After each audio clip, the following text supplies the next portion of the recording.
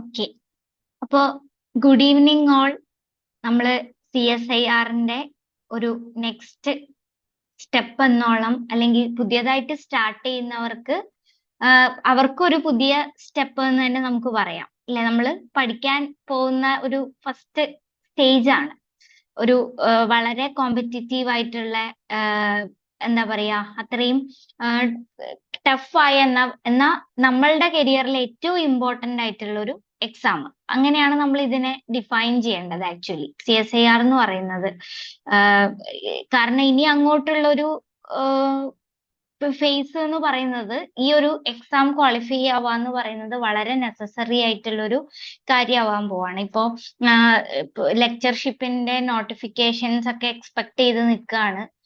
So എല്ലാവരും equally qualified ആവുന്ന ഒരു സ്റ്റേജിലേക്ക് വരുമ്പോൾ CSIR എന്ന് പറയുന്നത് ഏറ്റവും ഇമ്പോർട്ടന്റ് ആയിട്ടുള്ള ഒരു എക്സാം ആയിട്ട് വരികയാണ്. നമ്മൾ വേറൊരു രീതിയിൽ നോക്കുമ്പോൾ ഇത് ക്വാളിഫൈ ചെയ്തില്ലെങ്കിൽ നമുക്ക് വേറെ വഴി പോവാന്നൊക്കെ നമ്മൾ ചിന്തിക്കുമെങ്കിലും at the end of the day നമുക്കൊരു ബെസ്റ്റ് കരിയറിലേക്ക് നമ്മളെ ലീഡ് ചെയ്യുന്ന ഒരു ഇമ്പോർട്ടന്റ് ആയിട്ടുള്ള ഒരു എക്സാം ആണ് CSIR എന്ന് പറയുന്നത്. സോ അതിലേക്ക് നമുക്ക് എത്താനുള്ള ഒരു നിങ്ങളെ സപ്പോർട്ട് ചെയ്യുക മാക്സിമം. നിങ്ങൾക്ക് ഏറ്റവും അഫോർഡബിൾ ആയ രീതിയിൽ നിങ്ങളെ ഏറ്റവും കംഫർട്ടബിൾ ആയ രീതിയിൽ നിങ്ങൾ അതിനുവേണ്ടി എക്യുപ്ഡ് ആക്കുക എന്നുള്ളതാണ് നമ്മളുടെ ഈ സെറയിലൂടെ നമ്മൾ ഉദ്ദേശിക്കുന്നത്. സോ ഇന്ററാക്റ്റീവ് ആയിട്ടുള്ള ലൈവ് ക്ലാസ്സസിലൂടെയാണ് നമ്മളത് മോർ ദാൻ റെക്കോർഡഡ് ക്ലാസ് നിങ്ങൾക്ക് പ്രൊവൈഡ് ചെയ്യുന്നുണ്ടെങ്കിലും നിങ്ങൾ ലൈവ് ക്ലാസ് അറ്റൻഡ് ചെയ്യുക എന്നുള്ളതാണ് നമ്മൾ എപ്പോഴും സ്ട്രെസ് ചെയ്യുന്ന ഒരു കാര്യം. അല്ലെങ്കിൽ ജസ്റ്റ് നമുക്ക് റെക്കോർഡ് ചെയ്ത് നിങ്ങൾക്ക് അയച്ചു തന്നാൽ മതി. പക്ഷെ ലൈവായിട്ട് അത് കൊണ്ടുപോകുന്നതിന്റെ കാരണം എന്ന് പറയുന്നത് അത്രയും കൂടെ നിങ്ങൾക്ക് എഫക്റ്റീവ് ആയിട്ട് നിങ്ങൾ എന്തും ആയിക്കോട്ടെ, വർക്കിംഗ് ആയിക്കോട്ടെ, നിങ്ങൾ MSc പഠിച്ചുകൊണ്ടിരിക്കുന്നവരായിക്കോട്ടെ, അല്ലെ വേറെ എന്തും പഠിക്കുന്നവരായിക്കോട്ടെ, അതിന്റെ കൂടെ നിങ്ങൾക്ക് ഇതും കൂടെ കൊണ്ടുപോകാനുള്ള ഒരു കംഫർട്ടബിൾ ആയിട്ടുള്ള രീതിയിലാണ് നമ്മളെല്ലാം ഷെഡ്യൂൾ ചെയ്തിട്ടുള്ളത്. സോ അതാണ് എനിക്ക് ഒരു ഇൻട്രൊഡക്ഷൻ ആയിട്ട് ഈ ഒരു സെറ്റ് ഓഫ് ക്ലാസ്സസ് തുടങ്ങുന്നതിന് മുന്നേ പറയാനുള്ളത്. സോ നമുക്കറിയാം ഇവിടെ നമ്മൾ സെറയിൽ എപ്പോഴും ഹൈലൈറ്റ് ചെയ്യുന്ന ഒരു പോയിന്റ് എന്ന് പറയുന്നത്, അല്ലെങ്കിൽ എന്താ, നമ്മൾ റിവേഴ്സ് ലേണിംഗ് ടെക്നിക്കാണ് നമ്മൾ പറയുന്നത്. അതായത് ക്വസ്റ്റ്യൻസിന് ഇമ്പോർട്ടൻസ് കൊടുത്തുകൊണ്ട്, അതായത് ഇനീഷ്യലി നമ്മൾ ക്വസ്റ്റ്യൻസ് അനലൈസ് ചെയ്യുന്നു ആൻഡ് അതിൽ നിന്ന് നമ്മൾ ടോപ്പിക് തിയറി കവർ ചെയ്യുന്നു, എന്നിട്ട് ബാക്ക് ടു ക്വസ്റ്റ്യൻസ് നമ്മൾ സോൾവ് ചെയ്യുമ്പം നമ്മൾ പഠിച്ചത് എങ്ങനെയൊക്കെയാണ് കണക്ട് ചെയ്യേണ്ടത് എന്നുള്ളൊരു നമുക്ക് തന്നെ ഒരു കണക്ഷൻ കിട്ടുന്ന രീതി. അതായത് പല ടോപ്പിക്സ് പാരലലി നിങ്ങൾ കവർ ചെയ്യും. ഓൾറെഡി ക്ലാസ്സിൽ ഇരുന്നവർക്ക് അറിയാം, മോളിക്യുലാർ ബയോളജി പറയുമ്പോൾ സെൽ ബയോളജിയിലെ പല ടോപ്പിക്സും അതിനകത്ത് കയറി വരും. സിമിലർലി DB പഠിക്കുമ്പോൾ അതിനകത്ത് കുറെ ടോപ്പിക്സ് വേറെ ഇതിനകത്ത് സിഗ്നലിങ്ങിനകത്തൊക്കെ കയറി വരും. തിരിച്ച് സിഗ്നലിംഗ് DBക്കകത്ത് കയറി വരും.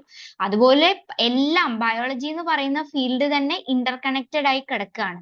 സോ ആ ഓരോ ടോപ്പിക്കും ഇപ്പൊ നിങ്ങൾക്ക് ഇവിടെ ഷെഡ്യൂൾ ചെയ്ത് തരുന്ന ക്ലാസ്സസ് പോലും മേ ബി ആ കണക്ട് ചെയ്യാൻ കുറച്ചുകൂടി ഈസി ആവുന്ന രീതിയിലായിരിക്കും നമ്മൾ സെലക്ട് ചെയ്യുന്ന ടോപ്പിക്സ് പോലും ഇമ്പോർട്ടന്റ് ആയിട്ടുള്ള, എന്നാൽ നിങ്ങൾക്ക് പരസ്പരം കണക്ട് ചെയ്യാൻ പറ്റുന്നത്. സോ അത് തന്നെയാണ് ഒരു ടെക്നിക്ക് എന്ന് പറയുന്നത്. അപ്പം റിവേഴ്സ് ലേണിംഗ് ടെക്നിക്കിൽ നമ്മൾ ഉദ്ദേശിക്കുന്നത്, നമ്മൾ ക്വസ്റ്റ്യൻസ് ആദ്യം ഒന്ന് ഫെമിലിയറൈസ് ചെയ്തിട്ട് അതിൽ നിന്ന് അതിനെ ബേസ് ചെയ്തിട്ട് കോമ്പറ്റേറ്റീവ് എക്സാം എന്ന് പറയുമ്പോൾ നമുക്ക് ഒബ്വിയസ്ലി ഒരു ഫുൾ എന്താ പറയാ, ബയോളജിയുടെ എല്ലാ ആസ്പെക്റ്റും ഒരു കോംപ്രിഹെൻസീവ് ആയിട്ട് പഠിച്ചിട്ട് പോയിട്ട് പരീക്ഷ എഴുതുക എന്ന് പറയുന്നത് ഒരിക്കലും പോസിബിൾ ആയിട്ടുള്ള കാര്യമല്ല. ഇവിടെ ഹാർഡ് വർക്കിന്റെ കൂടെ നമുക്ക് സ്മാർട്ട് വർക്ക് ആണ് വേണ്ടത്. അപ്പം ഒരു വലിയൊരു, ഇപ്പം നമ്മൾ സജസ്റ്റ് ചെയ്യുന്ന ലോഡിഷിന്റെ ബുക്കോ അല്ലെങ്കിൽ ഇപ്പം ബെഞ്ചമിന്റെ ബുക്കോ ഇതൊന്നും എടുത്തിട്ട് നിങ്ങൾ ഫുൾ ഇരുന്ന് വായിച്ചത് കൊണ്ട് നിങ്ങൾ CSIR ക്രാക്ക് ചെയ്യണമെന്നില്ല. സോ അതിനുള്ള എളുപ്പ വഴി എങ്ങനെയൊക്കെയാന്നുള്ളതിൽ നിന്ന് ഡെവലപ്പ് ചെയ്തെടുത്ത ഒരു മെത്തേഡാണ് ആക്ച്വലി ഈ ഒരു ടെക്നിക്ക് എന്ന് പറയുന്നത്. സോ അതിലൂടെ നിങ്ങൾക്ക് ക്വസ്റ്റ്യൻസും ഫെമിലിയറൈസ് ചെയ്യാം, അതിന്റെ കൂടെ തന്നെ തിയറി അതിനെ ബേസ് ചെയ്ത് പോകുമ്പോൾ പിന്നീട് ക്വസ്റ്റ്യൻ, നമ്മൾ എപ്പോഴും ക്വസ്റ്റ്യൻ വർക്ക്ഔട്ട് ചെയ്യുന്നതിലൂടെയാണ് ഒരു ഇമ്പോർട്ടന്റ് ആയിട്ടുള്ള strategy four qualifying competitive exam എന്ന് പറയുന്നത്. സോ ആ രീതിയിലാണ് നമ്മൾ ഫോക്കസ്ഡ് ആയിട്ട് പോകുന്നത്. സോ പിന്നെ ഈ ഫീസ് സ്ട്രക്ചറും കാര്യങ്ങളൊക്കെ നിങ്ങൾ ഓൾറെഡി ഉള്ളവർക്ക് അറിയുന്നുണ്ടാവും. അല്ലാത്തവർക്ക് ഇപ്പൊ പറയുകയാണെങ്കിൽ നമ്മൾ 12,000 ആണ് നോർമൽ ഫീ പറയുന്നത്. ആൻഡ് ഇപ്പൊ ന്യൂ ഇയർ കാരണം നിങ്ങൾക്ക് ഒരു ഡിസ്കൗണ്ട് പോലെ ഒരു 20% ഫസ്റ്റ് ജോയിൻ ചെയ്യുന്ന ആൾക്കാർക്ക് ഒരു ഡിസ്കൗണ്ട് 20% വന്നിട്ട് ഒരു 9,600 എന്ന ഒരു കോസ്റ്റ് ആണ് നമ്മൾ, അല്ലെങ്കിൽ അത്രയും ഒരു പൈസയാണ് നമ്മൾ ഫീ സ്ട്രക്ചർ ആയിട്ട് പറയുന്നത്. സോ ഇപ്പോ ജോയിൻ ചെയ്തവരല്ലാതെ ഇനി ജോയിൻ ചെയ്യാൻ ആഗ്രഹമുള്ളവര് നിങ്ങൾ ഈ പറഞ്ഞ പോലെ ക്ലാസ്സുകൾ കണ്ട് നിങ്ങൾക്ക് ഡിസൈഡ് ചെയ്യാം.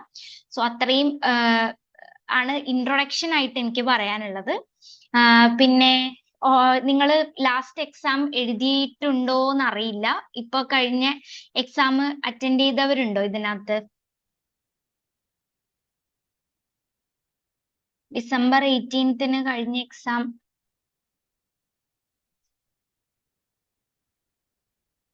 ഓക്കെ, എങ്ങനെയുണ്ടായിരുന്നു?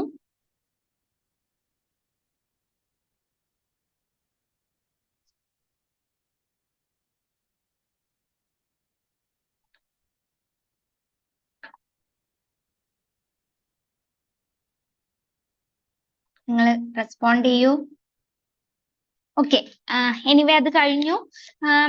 എന്താ ചിലപ്പം നല്ലതാവാം, ചിലപ്പോൾ നമുക്ക് ഈ ഒരു മോഡറേറ്റ് ലെവൽ ഓഫ് എക്സാം ആയിരിക്കാം. ഓക്കെ, ജൂൺ നോക്കുമ്പോൾ ഈസി ആയിരുന്നു. കമ്പാരിറ്റീവ്ലി എനിക്ക് തോന്നുന്നത് ഒരു ബാക്ക് ടു പഴയ പാറ്റേൺ ഓഫ് എക്സാമിലേക്ക് പോയ ഒരു എക്സാം ആയിരുന്നു ഈ കഴിഞ്ഞ ഡിസംബറിനകത്ത്. അതായത് നമ്മൾ ഇടയ്ക്ക് CSIR ഒരു ഷിഫ്റ്റ്, അതായത് ക്വസ്റ്റ്യൻസിനകത്ത് ഒരു ഗ്രാജുവൽ ഷിഫ്റ്റ് കണ്ടായിരുന്നു. അതായത് കൂടുതൽ ലോജിക്കൽ ക്വസ്റ്റ്യൻസിന് ഇമ്പോർട്ടൻസ് കൊടുത്തിട്ട് അങ്ങനെ അനാലിറ്റിക്കൽ ക്വസ്റ്റ്യൻസിന് ലോജിക്കൽ അല്ല അനാലിറ്റിക്കൽ ക്വസ്റ്റ്യൻസിന് ഇമ്പോർട്ടൻസ് കൊടുത്തിട്ട് ഒരു ഷിഫ്റ്റ് കണ്ടായിരുന്നു. ആൻഡ് അതിൽ നിന്നും കുറച്ചും കൂടെ എപ്പോഴും ചോദിക്കുന്ന ഒരു പാറ്റേണിലേക്ക് പോയിട്ടുള്ള ഒരു എക്സാം ആയിരുന്നു എന്നാണ് തോന്നുന്നത്. സോ നന്നായിട്ട് പ്രിപ്പയർ ചെയ്താൽ ഓക്കെ, അത് ശരിയാണ്. അപ്പൊ നല്ലോണം പ്രിപ്പയർ ചെയ്താൽ നിങ്ങൾക്ക് അതുപോലെ തന്നെയാണ് എപ്പോഴും വരിക. പിന്നെ അതിന്റെ കൂടെ എനിക്ക് പറയാനുള്ളത് നെവർ മിസ് എ ചാൻസ്. അതായത് ഇപ്പം നിങ്ങൾ അറ്റംപ്റ്റ് ചെയ്യാനുള്ളത് ഒരിക്കലും മിസ്സാക്കരുത് എന്നാണ്. കാരണം ഏത് പ്രാവശ്യമാണ് നമുക്ക് അനുകൂലമായിട്ടുള്ള ക്വസ്റ്റ്യൻസ് കിട്ടുകയെന്ന് നമുക്കറിയില്ല. സോ ചാൻസ് മിസ് ചെയ്യാതെ എല്ലാ അറ്റംപ്റ്റും നിങ്ങൾ പോയി അറ്റൻഡ് ചെയ്യുക, എല്ലാ എക്സാംസും പോയിട്ട് അറ്റൻഡ് ചെയ്യുക. ആൻഡ് അതിലൂടെ നമുക്ക് ഈ പറഞ്ഞ പോലെ ക്വസ്റ്റ്യൻസിന്റെ മോഡുലേഷൻസും അതിന്റെ പാറ്റേണും അതൊക്കെ നമുക്ക് കിട്ടും. So it will make more easy. അത് നിങ്ങളെ പ്രിപ്പറേഷൻസിനെ കൂടുതൽ ഈസി ആക്കും. സോ പിന്നെ അപ്പൊ അത്രയാണ് നമുക്ക് എന്താ എനിക്കൊരു ഇൻട്രൊഡക്ഷൻ ആയിട്ട് പറയാനുള്ളത്. ആൻഡ് നിങ്ങൾക്ക് എന്തെങ്കിലും കൂടുതൽ പറയാൻ ഉണ്ടെങ്കിൽ എന്തെങ്കിൽ ഇതില് നമ്മളുടെ മൊത്തത്തിലുള്ള ക്ലാസ്സുകളെ പറ്റി എന്തെങ്കിലും ചോദിക്കാനുണ്ടെങ്കിൽ ചോദിക്കാം, അല്ലെങ്കിൽ നമുക്ക് ഇന്നത്തെ ടോപ്പിക്കിനകത്തോട്ട് കയറാം.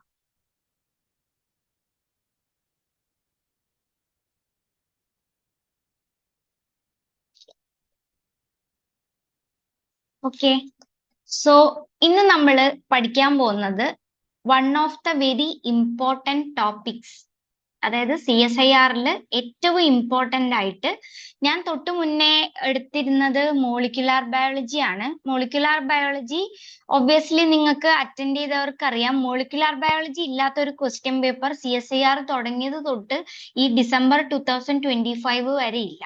ഓക്കെ, ഡെഫിനറ്റ്ലി ക്വസ്റ്റ്യൻസ് കിട്ടിയിരിക്കുന്ന ഒരു ഏരിയ ആണത്. ആൻഡ് സിമിലർലി ജെനറ്റിക്സ് ഒന്നും ക്വസ്റ്റ്യൻ ഇല്ലാത്ത ഒരു ക്വസ്റ്റ്യൻ പേപ്പർ ഇതുവരെ CSIR-ന്റെ ഹിസ്റ്ററിയിൽ ഉണ്ടായിട്ടില്ല. സോ ജെനറ്റിക്സ് എന്ന് പറയുന്നത് CSIR-ന്റെ ആസ്പെക്റ്റിലും വളരെ ഇമ്പോർട്ടൻ്റ് ആയിട്ടുള്ള ഒരു ടോപ്പിക് ആണ്.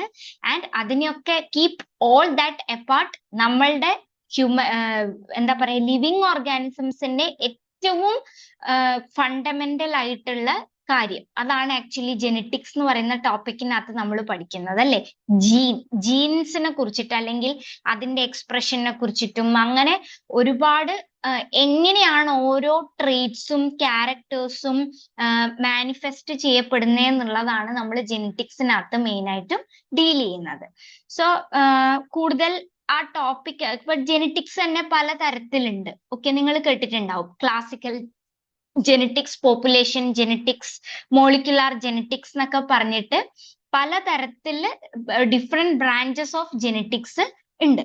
സോ നമ്മൾ പറഞ്ഞ പോലെ എനിക്കൊരു കോംപ്രിഹെൻസീവ് അല്ലെങ്കിൽ അങ്ങനെ ഒരു തിയറട്ടിക്കൽ ആയിട്ട് പോകാൻ പറ്റാത്ത ഒരു ടോപ്പിക്കാണ് ജെനറ്റിക്സ് ആക്ച്വലി. ആൻഡ് ജെനറ്റിക്സും നമ്മൾ ബയോളജിയില് മാത്സ് പോലുള്ള ഒരു ടോപ്പിക് ആയിട്ടാണ് ജെനറ്റിക്സിനെ പറയുക. അതായത് വൺസ് നിങ്ങൾക്ക് പഠിച്ചു കഴിഞ്ഞു കഴിഞ്ഞാൽ ഡെഫിനറ്റ്ലി അതെപ്പോഴും അത് അങ്ങനെ തന്നെയാണ്, അത് കൺസെപ്റ്റ് മാറുന്നില്ല.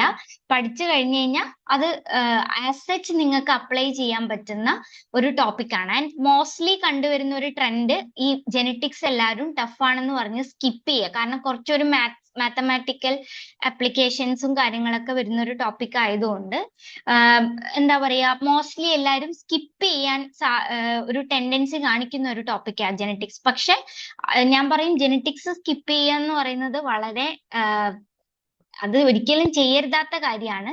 നിങ്ങൾ അത് കംഫർട്ടബിൾ ആക്കി എടുക്കുക. കാരണം എടുത്തു കഴിഞ്ഞാൽ ഡെഫിനറ്റ്ലി നിങ്ങൾക്കൊരു 3 to 4 ക്വസ്റ്റ്യൻസ് ഇതിൽ നിന്ന് ഡെഫിനറ്റ്ലി കിട്ടും. അറ്റ്ലീസ്റ്റ് സി പാർട്ടില് ഒരു ക്വസ്റ്റ്യൻ, അതേപോലെ ബി പാർട്ടിൽ ഒരു ക്വസ്റ്റ്യൻ, ഒരു 6 മാർക്സ് എങ്കിലും മിനിമം നിങ്ങൾക്ക് കിട്ടാവുന്ന ഒരു ടോപ്പിക്കാണ് ആക്ച്വലി ജെനറ്റിക്സ് എന്ന് പറയുന്നത്. ആൻഡ് ഇത് ഒരിക്കലും നിങ്ങൾ ഇരുന്ന് പഠിച്ചു കഴിഞ്ഞാൽ റിവിഷൻ കണ്ടിന്യൂസ് ആയിട്ട് ആവശ്യം പോലും ഇല്ലാത്തൊരു ടോപ്പിക്കാണ്. കാരണം ആ കൺസെപ്റ്റ് ഫിക്സ് ആയി കഴിഞ്ഞു കഴിഞ്ഞാൽ വളരെ ഈസിയാണിത്. ഓക്കെ, സോ ഇതിന്റെ CSIR-നകത്തെ സിലബസ് ആണ് ഞാൻ ഇവിടെ കൊടുത്തേക്കുന്നത്. ജസ്റ്റ് ഇതിനകത്ത് കവർ ചെയ്യുന്നത് എന്തൊക്കെയാന്ന് നോക്കാം. ഒന്ന് മെൻഡീലിയൻ പ്രിൻസിപ്പിൾസ് ആണ്. അത് നമുക്കറിയാലോ, മെൻഡലിന്റെ പ്രിൻസിപ്പിൾസ് നമ്മൾ പഠിക്കുന്നുണ്ട്. Law of dominance, law of independent assortment, law of segregation എന്നൊക്കെ പറഞ്ഞിട്ട് മെൻഡലിന്റെ പലതരത്തിലുള്ള ലോസ് നമ്മൾ പഠിക്കുന്നുണ്ട്. ആൻഡ് അതാണ് പിന്നെ വരുന്നത് കൺസെപ്റ്റ് ഓഫ് ജീൻ. എന്താണ് allele, multiple allele, pseudo allele, complementation test എന്നൊക്കെ പറഞ്ഞിട്ട്. ഈ കോംപ്ലിമെന്റേഷൻ ടെസ്റ്റിൽ നിന്നാണ് ഇപ്പൊ കഴിഞ്ഞിട്ടുള്ള എക്സാമിനകത്ത് ഒരു ക്വസ്റ്റ്യൻ ചോദിച്ചിട്ടുള്ളത്. Okay, that is actually seen, അതൊരു കുറച്ചു നാൾ മുന്നേ മാത്രം കണ്ടുകൊണ്ടിരുന്ന ഒരു ക്വസ്റ്റ്യൻ ആണ് CSIR-ല്. ഞാൻ ഇമ്പോർട്ടന്റ് ആയിട്ട് പറയുന്നതാണ്. പക്ഷെ ഈ കോംപ്ലിമെന്റേഷൻ ടെസ്റ്റിൽ നിന്ന് ഈ കഴിഞ്ഞ എക്സാമിന് ക്വസ്റ്റ്യൻ ഉണ്ടായിരുന്നു. ഓക്കെ, പിന്നെ എക്സ്റ്റെൻഷൻസ് ഓഫ് മെൻഡീലിയൻ പ്രിൻസിപ്പിൾസ്. ഇത് ക്വസ്റ്റ്യൻ വൺസ് പബ്ലിഷ് ആയി കഴിഞ്ഞു കഴിഞ്ഞാൽ ഞാൻ നിങ്ങൾക്ക് ആ ക്വസ്റ്റ്യൻ, കാരണം ഈ കഴിഞ്ഞതിന്റെ ക്വസ്റ്റ്യൻസ് നമുക്ക് അവൈലബിൾ ആയി തുടങ്ങിയിട്ടില്ല. അതായി കഴിഞ്ഞു കഴിഞ്ഞാൽ ഞാൻ നിങ്ങൾക്ക് ആ ക്വസ്റ്റ്യൻ കാണിച്ചു തരാം.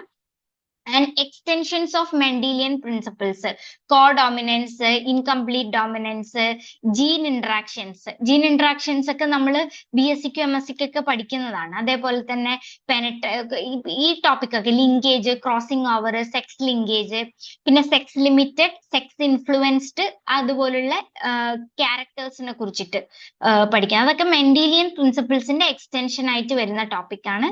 പിന്നെ ജീൻ മാപ്പിംഗ് മെത്തേഡ്സ്, ലിങ്കേജ് മാപ്പ്, ലിങ്കേജിലൂടെ നമ്മൾ maps, distance between the jeans കണ്ടുപിടിക്കുന്ന ഒരു ക്വസ്റ്റ്യൻ നോർമലി നമ്മൾ BSc-ക്കും MSc-ക്കും ഒക്കെ ജെനറ്റിക്സിന്റെ പേപ്പറിനകത്ത് പഠിക്കാറുണ്ട് നോർമലി. ആൻഡ് അത് CSIR-ൽ ചോദിച്ചു കാണുന്ന ഒരു ക്വസ്റ്റ്യൻ ആണ് ആക്ച്വലി.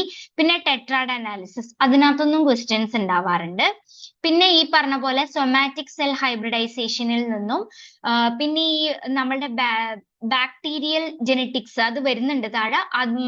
ബാക്ടീരിയയുടെ ഡിഫറെന്റ് മീറ്റിംഗ് മെത്തേഡ്സിലൂടെ നമുക്ക് ജീൻ മാപ്പിംഗ് ചെയ്യാൻ പറ്റും. ആ ടെക്നിക്സ്.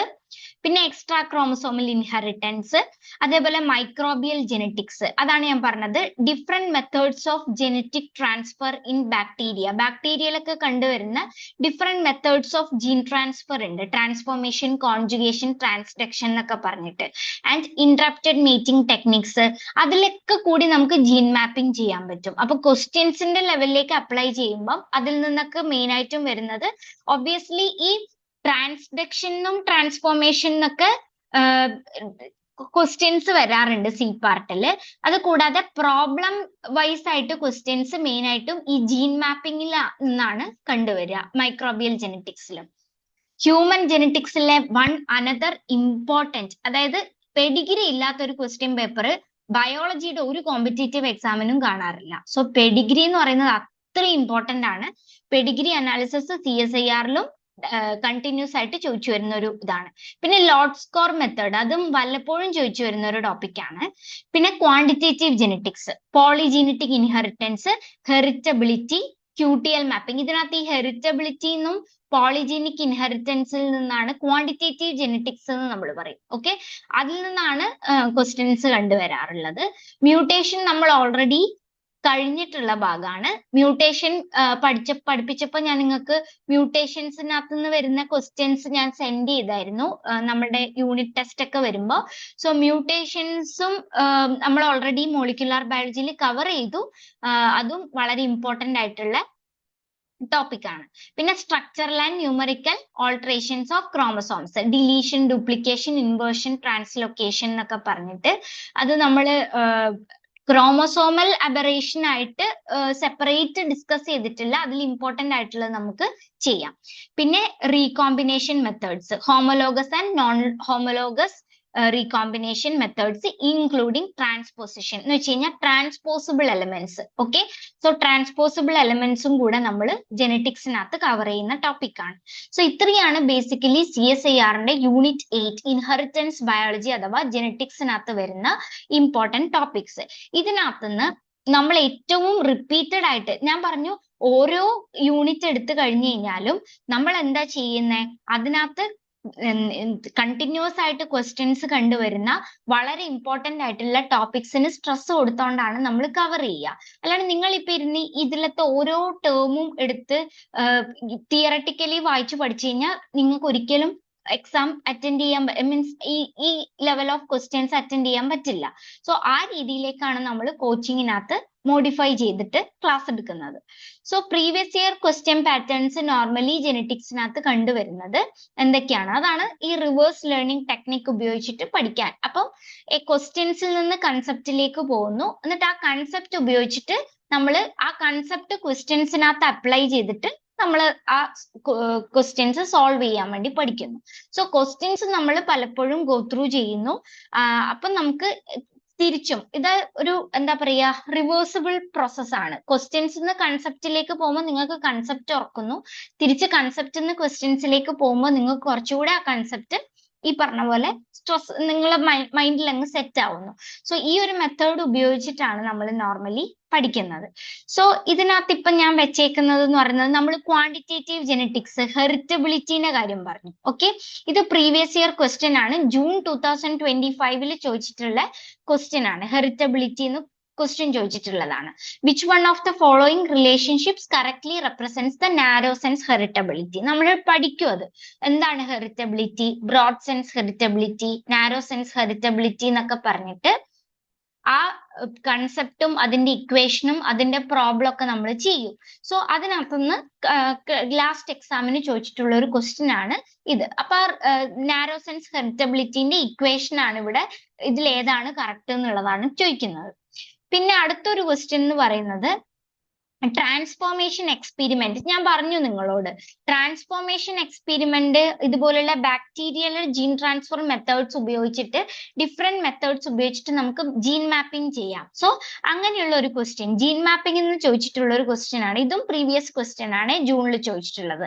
അതായത് 2 ന്യൂമോകോക്കൽ സ്ട്രെയിൻസ് ഉപയോഗിച്ചിട്ട് ട്രാൻസ്ഫോർമേഷൻ എക്സ്പെരിമെന്റ് പെർഫോം ചെയ്തു. നമ്മളോട് ബേസിക്കലി ഇതിന്റെ കോമ്പിനേഷൻസും കാര്യങ്ങളൊക്കെയാണ് ഇവിടെ കൊടുത്തിട്ടുള്ളത്. ആൻഡ് ഈ എബവ് റിസൾട്ട് അനലൈസ് ചെയ്തിട്ട് നമ്മൾ ഡ്രഗ് റെസിസ്റ്റന്റ് ജീൻസിന്റെ ഓർഡർ ആണ് ചോദിച്ചേക്കുന്നത്. Okay, order of the drug resistant genes. Okay, ഇത് കണ്ടോ 4 ഡ്രഗ്സ് കൊടുത്തിട്ടുണ്ട്, ABCD.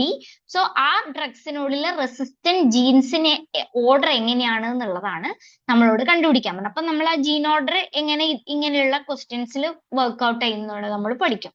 സോ അതാണ് അടുത്തത്, ജീൻ ഓർഡർ കണ്ടുപിടിക്കാൻ. പിന്നെ ഞാൻ നേരത്തെ പറഞ്ഞ പോലെ തന്നെ പെഡിഗ്രി അനാലിസിസ്. ഓക്കെ, പെഡിഗ്രിന്ന് വൈഡ് വെറൈറ്റി ഓഫ് ക്വസ്റ്റ്യൻസ് നമുക്ക് ചെയ്യാൻ പറ്റും. പെഡിഗ്രി ആക്ച്വലി എന്താ പറയാ, നമുക്ക് ഒരു ക്വസ്റ്റ്യനകത്തോട്ട് പെഡിഗ്രി റെസ്ട്രിക്ട് ചെയ്യാന്ന് പറയുന്നത് ഭയങ്കര ബുദ്ധിമുട്ടുള്ള കാര്യമാണ്. കാരണം പെഡിഗ്രിന്ന് ഏത് തരത്തിൽ വേണമെങ്കിലും എത്ര ടൈപ്പ് വേണമെങ്കിലും ക്വസ്റ്റ്യൻസ് ഉണ്ടാക്കാം, ക്വസ്റ്റ്യൻസ് ചോദിക്കാം. ഓക്കെ, നിങ്ങൾക്ക് ഒരിക്കലും ഒരു പാറ്റേൺ ഓഫ് ക്വസ്റ്റ്യൻ റിപ്പീറ്റഡ് ആയിട്ട് പെഡിഗ്രിയിൽ കാണാൻ പറ്റില്ല. കാരണം അത്രയും വെറൈറ്റി ഓഫ് ക്വസ്റ്റ്യൻസ് നമുക്ക് ക്രിയേറ്റ് ചെയ്യാൻ പറ്റും. സോ പെഡിഗ്രി പഠിക്കുമ്പം ഞാൻ നിങ്ങൾക്ക് പഠിപ്പിച്ചു തരുമ്പം ഞാൻ ജസ്റ്റ് പറയുക ഡിഫറെന്റ് ടൈപ്സ് ഓഫ് ഇൻഹെറിറ്റൻസിന്റെ ക്യാരക്ടേഴ്സ്, അതായത് ഇപ്പം X linked dominant, X linked recessive disorders, Y linked ആയിട്ടുള്ള ഡിസീസസ്, പിന്നെ ഓട്ടോസോമൽ ഡോമിനന്റ്, ഓട്ടോസോമൽ റിസസീവ് എന്നൊക്കെ പറഞ്ഞിട്ട് ഡിഫറെന്റ് ടൈപ്സ് ഓഫ് ജെനറ്റിക് ഡിസോർഡേഴ്സിന്റെ ക്യാരക്ടേഴ്സ് പെഡിഗ്രി വെച്ചിട്ട് എങ്ങനെ അനലൈസ് ചെയ്യാന്നുള്ളത് ഞാൻ നിങ്ങൾക്ക് പറഞ്ഞുതരും. ആൻഡ് അത് മാത്രമേ നമുക്ക് അതിനകത്ത് ചെയ്യാൻ പറ്റൂ.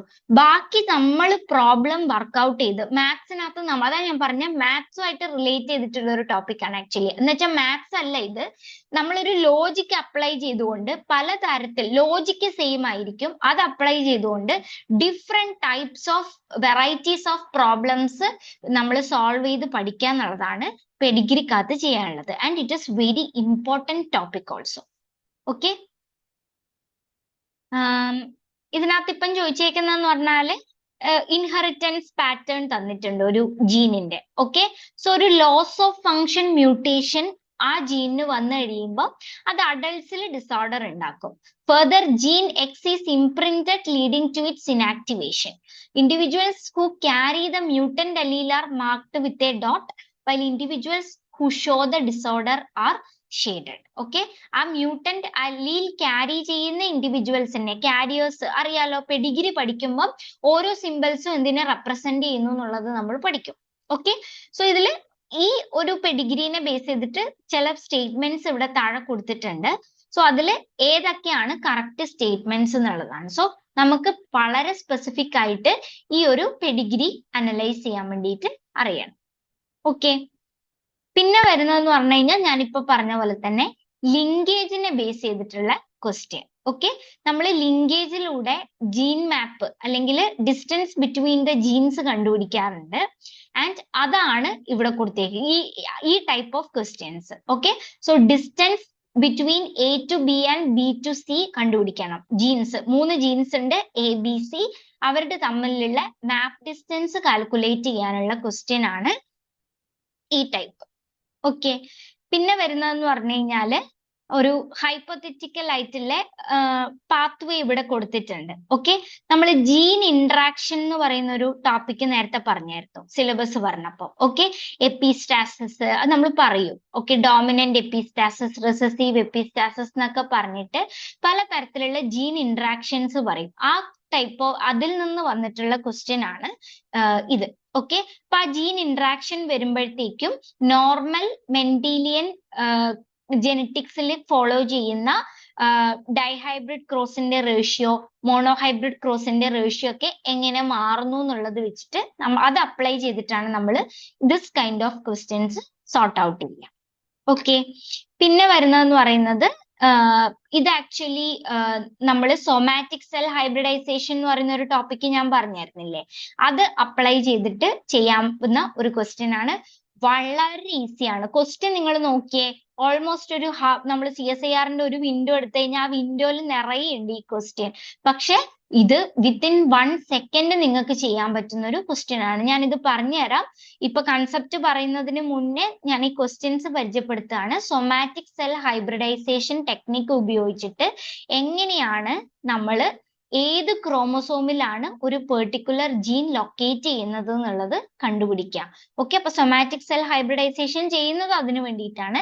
ആൻഡ് അതിന്റെ റിസൾട്ട് അനലൈസ് ചെയ്തിട്ട് how can we detect in which chromosome the particular gene is located. Okay, അതാണ് കൺസെപ്റ്റിന്റെ അപ്ലിക്കേഷൻ. പറയുമ്പോൾ നമ്മൾ ജസ്റ്റ് സൊമാറ്റിക് സെൽ ഹൈബ്രിഡൈസേഷൻ എന്താന്നേ പറയൂ. അതിന്റെ അപ്ലിക്കേഷൻ വരുന്നതാണ് this kind of questions. Okay, പിന്നെ ഇതൊരു ഡിലീഷൻ മാപ്പിംഗ് എന്ന് പറഞ്ഞിട്ടുള്ള ഒരു കൺസെപ്റ്റ് ആണ്. ഓക്കെ, ഡിലീഷൻ മാപ്പിംഗ് ഉപയോഗിച്ചിട്ട് how can we detect the order of genes. Okay, ഇതും മുന്നേ ഒക്കെ ഫ്രീക്വന്റ്ലി ചോദിച്ചുകൊണ്ടിരുന്ന ക്വസ്റ്റ്യൻ ആണ്. റീസെന്റ് അധികം കണ്ടിട്ടില്ല, പക്ഷെ ഇനിയും ചോദിക്കാം. ഓക്കെ, CSIR ക്വസ്റ്റ്യൻസ് നമുക്ക് അങ്ങനെ പ്രിഡിക്റ്റ് ചെയ്യാൻ പറ്റില്ല. ഡെഫിനറ്റ്ലി പ്രീവിയസ് ക്വസ്റ്റ്യൻസിന്റെ പാറ്റേൺസ് പലപ്പോഴും വരാറുണ്ട്. സോ ഡിലീഷൻ മാപ്പിംഗിന്റെ കൺസെപ്റ്റ് ഉപയോഗിച്ചിട്ട് ജീൻ ഓർഡർ, ഓക്കെ, ഇത് കണ്ടോ, മ്യൂട്ടന്റ് ജീൻസിന്റെ റിലേറ്റീവ് ഓർഡർ ക്രോമസോമിൽ എങ്ങനെയാണ് എന്നുള്ളതാണ് ഈ ഡിലീഷൻ മാപ്പിംഗ് വെച്ചിട്ട് നമ്മൾ കണ്ടുപിടിക്കേണ്ടത്. പിന്നെ another very very very important topic, that is population ജെനറ്റിക്സിനകത്ത് വരുന്നത്. ഓക്കെ, ഹാർഡി വെയിൻബർഗ് ഇക്വിലിബ്രിയം എന്ന് നിങ്ങൾ കേട്ടിട്ടുണ്ടാവും. ഹാർഡി വെയിൻബർഗ് ഇക്വിലിബ്രിയം എന്ന് പറയുമ്പോഴത്തേക്കും ഈ 2025 ഡിസംബറിലും അതിന്റെ ക്വസ്റ്റ്യൻ ഉണ്ടായിരുന്നു. ഇത് എപ്പോഴും ഉണ്ടാവും, 2 മാർക്സിൽ ഡെഫിനറ്റ്ലി ചോദിക്കുന്ന ഒരു പാർട്ടാണ് ഹാർഡി വെയിൻബർഗ് ഇക്വിലിബ്രിയം. ഒന്നുമില്ല, റിപ്പീറ്റഡ് പാറ്റേൺ, റിപ്പീറ്റഡ് ക്വസ്റ്റ്യൻ, നമ്പറും ഇതൊക്കെ മാറുന്നേ ഉള്ളൂ, സെയിം പാറ്റേൺ ഓഫ് ക്വസ്റ്റ്യൻ തന്നെയാണ് എപ്പോഴും ചോദിക്കുക. സോ ഇക്വേഷൻ പഠിച്ചിട്ട് വർക്ക്ഔട്ട് ചെയ്യാൻ പഠിച്ചു കഴിഞ്ഞാൽ നിങ്ങൾക്ക് എന്തായിട്ടും 2 മാർക്സ് അല്ലെങ്കിൽ 4 മാർക്സ് ഡെഫിനറ്റ്ലി നിങ്ങൾക്ക് ഉറപ്പിക്കാം. സോ അതിനകത്ത് വരുന്നതാണ്, അതായത് ഒരു പോപ്പുലേഷനകത്ത് പെർട്ടിക്കുലർ നമ്പർ ഓഫ് ഇൻഡിവിജ്വൽസ് ഉണ്ടാവും. സോ നമ്മൾ അതിനകത്ത് നിന്ന് ജീൻ ഫ്രീക്വൻസി അല്ലെങ്കിൽ അലീലിക് ഫ്രീക്വൻസി എങ്ങനെ കാൽക്കുലേറ്റ് ചെയ്യാം ഒരു പെർട്ടിക്കുലർ ക്യാരക്ടറിന്റെ, അതാണ് ഇതിനകത്ത് ചോദിക്കുക, ഹാർഡി വെയിൻബർഗ് ഇക്വിലിബ്രിയം. അപ്പൊ ഹാർഡി വെയിൻബർഗ് ഇക്വിലിബ്രിയം എന്താണ്, അതിന്റെ പ്രിൻസിപ്പിൾസ് എന്താണ്, ഇക്വേഷൻ എന്താണ്, അതെങ്ങനെയാണ് പ്രോബ്ലത്തിൽ അപ്ലൈ ചെയ്യാന്നുള്ളത് നമ്മൾ പഠിക്കും. ഓക്കെ, പിന്നെ അതന്നെയാണ് ഇതാ ഹാർഡി വെയിൻബർഗ് പ്രിൻസിപ്പിളിനെ റിലേറ്റ് ചെയ്തിട്ടുള്ള ക്വസ്റ്റ്യൻസ് തന്നെയാണ് ഇതുള്ളത്. അപ്പം അത്രയാണ് നമുക്ക്. പിന്നെയും ഇനി എക്സ്ട്രാ ഞാൻ ഇതിനകത്ത് ആഡ് ചെയ്യാത്ത പല ടൈപ്പ് ഓഫ് ക്വസ്റ്റ്യൻസും ഉണ്ട്. സോ ഇനി നമ്മൾ എന്ത് ചെയ്യുന്ന വെച്ച് കഴിഞ്ഞാൽ, ജെനറ്റിക്സിനകത്ത് ഒരിക്കലും ഞാൻ എന്ത് ചെയ്യില്ല, തിയറി മാത്രം വെച്ചിട്ട് പോവാൻ പറ്റില്ല. സോ ജെനറ്റിക്സ് നമ്മൾ പ്രോബ്ലം, പല കൺസെപ്റ്റുകളും നമ്മൾ ഇതേപോലെ പ്രോബ്ലം വെച്ചിട്ടായിരിക്കും എക്സ്പ്ലെയിൻ ചെയ്യുക. കാരണം തിയററ്റിക്കലി അങ്ങനെ എനിക്ക് സ്ലൈഡിൽ കുറെ പോയിന്റ്സ് എഴുതി വെച്ചിട്ട് നിങ്ങൾക്ക് പറഞ്ഞുതരാന്ന് പറയുന്നത് ജെനറ്റിക്സിന്റെ കേസിൽ എന്താ പറയാ, അതൊരു അപ്ലിക്കബിൾ അല്ല. ഓക്കെ, അപ്പൊ കുറച്ചുകൂടി നമ്മൾ ക്വസ്റ്റ്യൻ ബേസ്ഡ് ആയിട്ടായിരിക്കും ജെനറ്റിക്സിന്റെ ടോപ്പിക്ക് പോവുക. അപ്പൊ ആദ്യത്തെ ക്ലാസ്സിൽ നമ്മൾ കുറച്ച് ബേസിക്സ് ആണ് ഇപ്പം പറയാൻ പോകുന്നത്. ഇപ്പം മെയിൻ ആയിട്ടും ജെനറ്റിക്സിനകത്ത് ഉപയോഗിക്കുന്ന മോഡൽ ജെനറ്റിക് ഓർഗാനിസംസ് ആണ് ഇവിടെ കൊടുത്തേക്കുന്നത്. ഡ്രോസോഫില, ഒബ്വിയസ്ലി നിങ്ങൾക്ക് അറിയാലോ, ഫ്രൂട്ട് ഫ്ലൈയിലാണ് മോസ്റ്റ് ഓഫ് ദ ഡെവലപ്മെന്റൽ സ്റ്റഡീസും ജെനറ്റിക്സിൽ ഒക്കെ നമ്മൾ മോഡൽ ഓർഗാനിസം ആയിട്ട് യൂസ് ചെയ്യുന്നത്. പിന്നെ വരുന്നത് എസ്ട്രീഷ്യ കോളൈ. ഓക്കെ, മോളിക്കുലാർ ബയോളജിയിൽ എന്ത് പറയുമ്പോഴും ആദ്യം നമ്മൾ ഈ കോളയിൽ നടന്നിട്ടുള്ള കാര്യങ്ങളാണ് പഠിക്കുന്നത്. പിന്നെ സി എലഗൻസ്, ഡെവലപ്മെന്റൽ ബയോളജിയിൽ നിങ്ങൾ പഠിച്ചിട്ടുണ്ടാവുമല്ലോ സി എലഗൻസ്. പിന്നെ പ്ലാന്റ്സിന്റെ കേസിൽ ഏറ്റവും എന്താ പറയാ, ഡ്രോസോഫില ഓഫ് പ്ലാന്റ് കിങ്ഡം എന്ന് തന്നെ നമ്മൾ പറയുന്നത് അരാബിഡോപ്സിസ് താലിയാനയാണ്. ഓക്കെ, പിന്നെ ഹൗസ് മൗസ്, നമ്മളുടെ നോർമൽ മൗസ്, പിന്നെ സക്കാരോമൈസസ് സെർവീസിയെ, ഈസ്റ്റ്.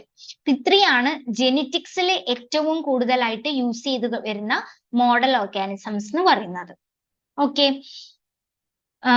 പിന്നെ വരുന്നത് ഏറ്റവും ഇമ്പോർട്ടന്റ് ആയിട്ടുള്ള ടേംസ്. സോ ജെനറ്റിക്സിലോട്ട് കടക്കുമ്പോഴത്തേക്കും നമ്മൾ അറിഞ്ഞിരിക്കേണ്ട ചില ടെർമിനോളജീസ് ഉണ്ട്. ഓക്കെ, അത് അറിഞ്ഞാൽ മാത്രം, അല്ലെങ്കിൽ നമുക്ക് ഈ അലീൽ എന്താ, ജീൻ എന്താ, ഹോമോസൈഗോട്ട്, ഹെട്രോസൈഗോട്ട്, പലപ്പോഴും ഈ ഹോമോലോഗസ് നോൺ ഹോമോലോഗസ് എന്നൊക്കെ പറയുമ്പോൾ കൺഫ്യൂഷൻസ് വരാറുണ്ട്. സോ ആദ്യം നമ്മൾ ഈ ടെർമിനോളജീസ് മനസ്സിൽ അങ്ങോട്ട് ഫിക്സ് ചെയ്യുക എന്നുള്ളതാണ് ഏറ്റവും ഇമ്പോർട്ടന്റ് ആയിട്ടുള്ള കാര്യം. അത് കഴിഞ്ഞിട്ടായിരിക്കും നമ്മൾ കൺസെപ്റ്റ് അപ്ലൈ ചെയ്യുക. സോ ഇതിനകത്ത് ഫസ്റ്റ് വരുന്നത് ജീൻ. സോ ജെനറ്റിക്സ് എന്ന് പറയുമ്പോൾ തന്നെ ഫസ്റ്റ് ടേം എന്താ, ജീൻ ആണ്. ഓക്കെ, സോ എന്താണ് ആക്ച്വലി ഒരു ജീൻ എന്ന് പറഞ്ഞു കഴിഞ്ഞാല്, ഓക്കെ, ജീൻ എന്ന് പറഞ്ഞു കഴിഞ്ഞാല് എ ജെനറ്റിക് ഫാക്ടർ അല്ലെങ്കിൽ A region of DNA that helps determine A characteristic. ഒരു ക്യാരക്ടറിനെ, ഒരു ഓർഗാനിസത്തിനകത്ത് ഒരു ക്യാരക്ടറിനെ ഡിറ്റർമൈൻ ചെയ്യാൻ വേണ്ടിയിട്ട് ഹെൽപ്പ് ചെയ്യുന്ന അല്ലെങ്കിൽ ഡിറ്റർമൈൻ ചെയ്യുന്ന DNA-യുടെ ഒരു റീജിയൻ ആണ് ആക്ച്വലി എന്തെന്ന് പറയുന്നത്, ജീൻ എന്ന് പറയുന്നത്. Okay, and it is also the basic unit of heredity. ഹെറിഡിറ്റിയുടെ ബേസിക് യൂണിറ്റ് ആണ് ജീൻ എന്ന് പറയുന്നത്. ഓക്കെ, ഒരിക്കലും CSIR-ൽ ഒരു ജീൻ എന്താ, അലീൽ എന്താ, ലോക്കസ് എന്താന്നൊന്നും ചോദിക്കില്ല. നമ്മൾ ഇനി അങ്ങോട്ട് പറയുന്ന കാര്യങ്ങൾ ക്ലാരിറ്റി കിട്ടാൻ വേണ്ടിയിട്ട് ഞാൻ ഈ ടെർമിനോളജീസ് ഒന്നുകൂടെ സ്ട്രെസ് ചെയ്യുന്നു മാത്രം. പിന്നെ വരുന്നത് അലീലാണ്. അലീൽ എന്ന് പറഞ്ഞു കഴിഞ്ഞാൽ എന്താ, ഒരു ജീനിന്റെ one of the 2 or more alternate forms. ഒരു ജീനിന്റെ ഒന്നോ അല്ല 2 അതിൽ കൂടുതലോ ഉണ്ടാവുന്ന മൾട്ടിപ്പിൾ അലീലിസത്തിന്റെ കേസിൽ ഒരു ജീനിന് മോർ ദാൻ 2 അലീൽസ് ഉണ്ടാവും. സോ ഒരു ജീനിനെ തന്നെ ഓൾട്ടർനേറ്റ് ഫോംസിനെയാണ് നമ്മൾ അലീൽ എന്ന് പറയുന്നത്. ഓക്കെ, ലോക്കസ് എന്താണ്? ലോക്കസ് എന്ന് പറഞ്ഞു കഴിഞ്ഞാൽ it is the specific place on the chromosome occupied by an allele. ഒരു ക്രോമസോമിനകത്ത് ഒരു അലീൽ ഒക്യുപ്പൈ ചെയ്യുന്ന ആ സ്പെസിഫിക് ആയിട്ടുള്ള പ്ലേസിനെ, ആ സ്പേസിനെയാണ് നമ്മൾ എന്ത് പറയുന്നത്? ലോക്കസ് എന്ന് പറയുന്നത്. Okay, next genotype. ജീനോടൈപ്പ് എന്ന് പറഞ്ഞു കഴിഞ്ഞാൽ എന്താ? A set of alleles possessed by an individual organism. അതായത് ഒരു ഓർഗാനിസം പോസസ് ചെയ്യുന്ന സെറ്റ് ഓഫ് അലീൽസിനെയാണ്, അല്ലെങ്കിൽ ആ ഒരു ജീൻസിനെയാണ് നമ്മൾ ജീനോടൈപ്പ് എന്ന് പറയുന്നത്. ഓക്കെ, ഒരു സ്പെസിഫിക് ക്യാരക്ടറിന് ഒരു സ്പെസിഫിക് ജീനോടൈപ്പ് ഉണ്ടാവും. ആ ക്യാരക്ടറിനെ സ്പെസിഫൈ ചെയ്യുന്ന ഒരു സെറ്റ് ഓഫ് അലീൽസ് ഒരു ഓർഗാനിസത്തിൽ ഉണ്ടാവും. ആ സെറ്റ് ഓഫ് അലീൽസിനെയാണ് നമ്മൾ എന്ത് പറയുന്നത്? ജീനോടൈപ്പ് എന്ന് പറയുന്നത്. ഓക്കെ, അതേസമയം ഫീനോടൈപ്പ് അല്ലെങ്കിൽ ഒരു ട്രെയ്റ്റ് എന്ന് പറഞ്ഞു കഴിഞ്ഞാൽ എന്തായിരിക്കും? ഫീനോടൈപ്പ് അല്ലെങ്കിൽ trait, it is the appearance or manifestation of A character. ഒരു ക്യാരക്ടറിന്റെ മാനിഫെസ്റ്റേഷൻ അല്ലെങ്കിൽ അപ്പിയറൻസ്, പുറത്തോട്ട് കാണുന്നത് എന്താണ്, അതാണ് ആക്ച്വലി ഫീനോടൈപ്പ് എന്ന് പറയുന്നത്. ജീനോടൈപ്പ് എന്ന് പറയുന്നത് അവർക്ക് പൊസസ് ചെയ്യുന്ന സെറ്റ് ഓഫ് അലീൽസ്, ഒരു ക്യാരക്ടറിന് കോഡ് ചെയ്യുന്ന, അവർക്ക് പൊസസ് ചെയ്യുന്ന ഒരു സെറ്റ് ഓഫ് അലീൽസ് ആണ് ജീനോടൈപ്പ്. അതിന്റെ മാനിഫെസ്റ്റേഷൻ, പുറത്തോട്ട് എങ്ങനെ അതിന്റെ അപ്പിയറൻസ് വരുന്നു എന്നുള്ളതാണ് ഫീനോടൈപ്പ് അല്ലെങ്കിൽ നമ്മൾ ട്രീറ്റ് എന്നൊക്കെ പറയുന്നത്. പിന്നെ ഹെട്രോസൈഗോട്ട് ആൻഡ് ഹോമോസൈഗോട്ട്. എന്താ ഹെട്രോസൈഗോട്ട് എന്ന് പറഞ്ഞു കഴിഞ്ഞാല്? ഹെട്രോസൈഗോട്ട് എന്ന് പറഞ്ഞു കഴിഞ്ഞാല് an individual organism possessing two different alleles at a locus. എന്ന് വെച്ച് കഴിഞ്ഞാല് ഒരു ജീനിന്റെ തന്നെ രണ്ട് ഡിഫറെന്റ് അലീൽസ് ആണ് ഒരു ലോക്കസിനകത്ത് ഉള്ളെങ്കിൽ നമ്മൾ എന്ത് പറയും? അതിനെ ഹെട്രോസൈഗോട്ട് എന്ന് പറയും. നിങ്ങൾക്ക് അറിയാലോ, ക്യാപിറ്റൽ എ സ്മോൾ എ, അല്ലെങ്കിൽ ഇപ്പൊ നമ്മൾ മെന്റലിന്റെ ക്രോസിനകത്ത് ടോളും ഡ്വാർഫും ക്രോസ് ചെയ്യുന്നുണ്ട് അല്ലെ? അതെന്തായിരുന്നു? ടോൾ ആണെങ്കിൽ ക്യാപിറ്റൽ ടി, ഡ്വാർഫ് ആണെങ്കിൽ സ്മോൾ ടി, അങ്ങനെയാ പറയാം നമ്മള്. അപ്പൊ ക്യാപിറ്റൽ ടി സ്മോൾ ടി എന്ന് പറഞ്ഞു കഴിഞ്ഞാൽ ഒരു പീ പ്ലാന്റിന് ഹൈറ്റിനെ ഡിഫൈൻ ചെയ്യുന്ന രണ്ട് അലീൽസ്, ഒരു ലോക്കസിൽ രണ്ട് ഡിഫറെന്റ് അലീൽസ് ആണ് പൊസസ് ചെയ്യുന്നതെങ്കിൽ അതിന് നമ്മൾ ഹെട്രോസൈഗോട്ട് എന്ന് പറയും. ഹോമോസൈഗോട്ട് ആണെങ്കിൽ എന്താ?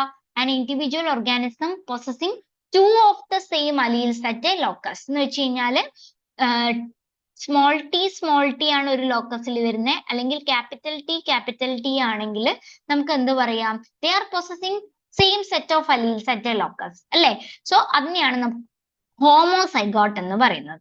ഓക്കെ, ഇനി എന്താ ഒരു ക്യാരക്ടർ അല്ലെങ്കിൽ ക്യാരക്ടറിസ്റ്റിക് എന്ന് പറഞ്ഞു കഴിഞ്ഞാൽ it's an attribute or feature. ഒരു ഫീച്ചറിനെ നമ്മൾ പറയുന്നതാണ് ക്യാരക്ടർ.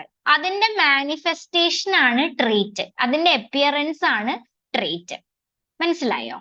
ഓക്കെ, ദെൻ അതായത് ഇപ്പം ഹൈറ്റ് എന്ന് പറയുന്നത് ഒരു ക്യാരക്ടർ ആണ്, ഒരു ഫീച്ചർ ആണത്. ഓക്കെ, അതിന്റെ ടോൾ ഓർ ഡ്വാർഫ് എന്ന് പറയുന്നത് എന്താണ്? അതിന്റെ ട്രെയ്റ്റ് ആണ്. മനസ്സിലായോ? അതിന്റെ മാനിഫെസ്റ്റേഷൻ എങ്ങനെ അത് അപ്പിയർ ചെയ്യുന്നു. ദെൻ ഡോമിനന്റ് അലീൽ അല്ലെങ്കിൽ റെസസീവ് അലീൽ. എന്താ ഡോമിനന്റ് അലീൽ എന്ന് പറഞ്ഞു കഴിഞ്ഞാൽ? അലീൽ which mask the expression of A recessive അലീൽ. അതായത് ഒരു റെസസീവ് ആയി കിടക്കുന്ന അലീലിന്റെ എക്സ്പ്രഷനെ സപ്രസ് ചെയ്യുന്ന അല്ലെങ്കിൽ മാസ്ക് ചെയ്യുന്ന അലീലാണ് ഡോമിനന്റ് അലീൽ. അവര് ഡോമിനേറ്റ് ചെയ്യും. റെസസീവ് അലീൽ എന്ന് പറഞ്ഞു കഴിഞ്ഞാൽ എന്താണ്? exert its effect only in homozygous state. Homozygous സ്റ്റേറ്റിൽ വരുമ്പോൾ മാത്രം അവരുടെ എഫക്റ്റ് എക്സേർട്ട് ചെയ്യാൻ പറ്റുന്ന കൈൻഡ് ഓഫ് അലീൽസിനെയാണ് നമ്മൾ റെസസീവ് അലീൽസ് എന്ന് പറയുക. Okay, so dominant അലീൽ, recessive അലീൽ. So ഇത്രയാണ് ഏറ്റവും ഇമ്പോർട്ടന്റ് ആയിട്ടുള്ള ചില ടെർമിനോളജീസ് എന്ന് പറയുന്നത്. ഹോമോലോഗസ് ക്രോമസോംസ് എന്ന് പറഞ്ഞു കഴിഞ്ഞാൽ ഞാനത് എപ്പോഴും കൺഫ്യൂഷൻ ആവുന്ന ഒരു ടേം ആയതുകൊണ്ട് ഞാൻ ജസ്റ്റ് അത് നിങ്ങൾക്ക് അതിന്റെ കൺസെപ്റ്റ് കിട്ടാൻ അതിന്റെ ഒരു ഇമേജ് ആഡ് ചെയ്തതാണ്. ഹോമോലോഗസ് ക്രോമസോംസ് എന്ന് പറയുമ്പോഴത്തേക്കും നോക്കിയേ, എന്താ ഹോമോലോഗസ് ക്രോമസോംസ് എന്ന് പറഞ്ഞു കഴിഞ്ഞാല് ഇതുപോലെ രണ്ട് ക്രോമസോംസ്, അതില് സെയിം ജീനിന്റെ അലീൽസ് ആണ്, capital T small T.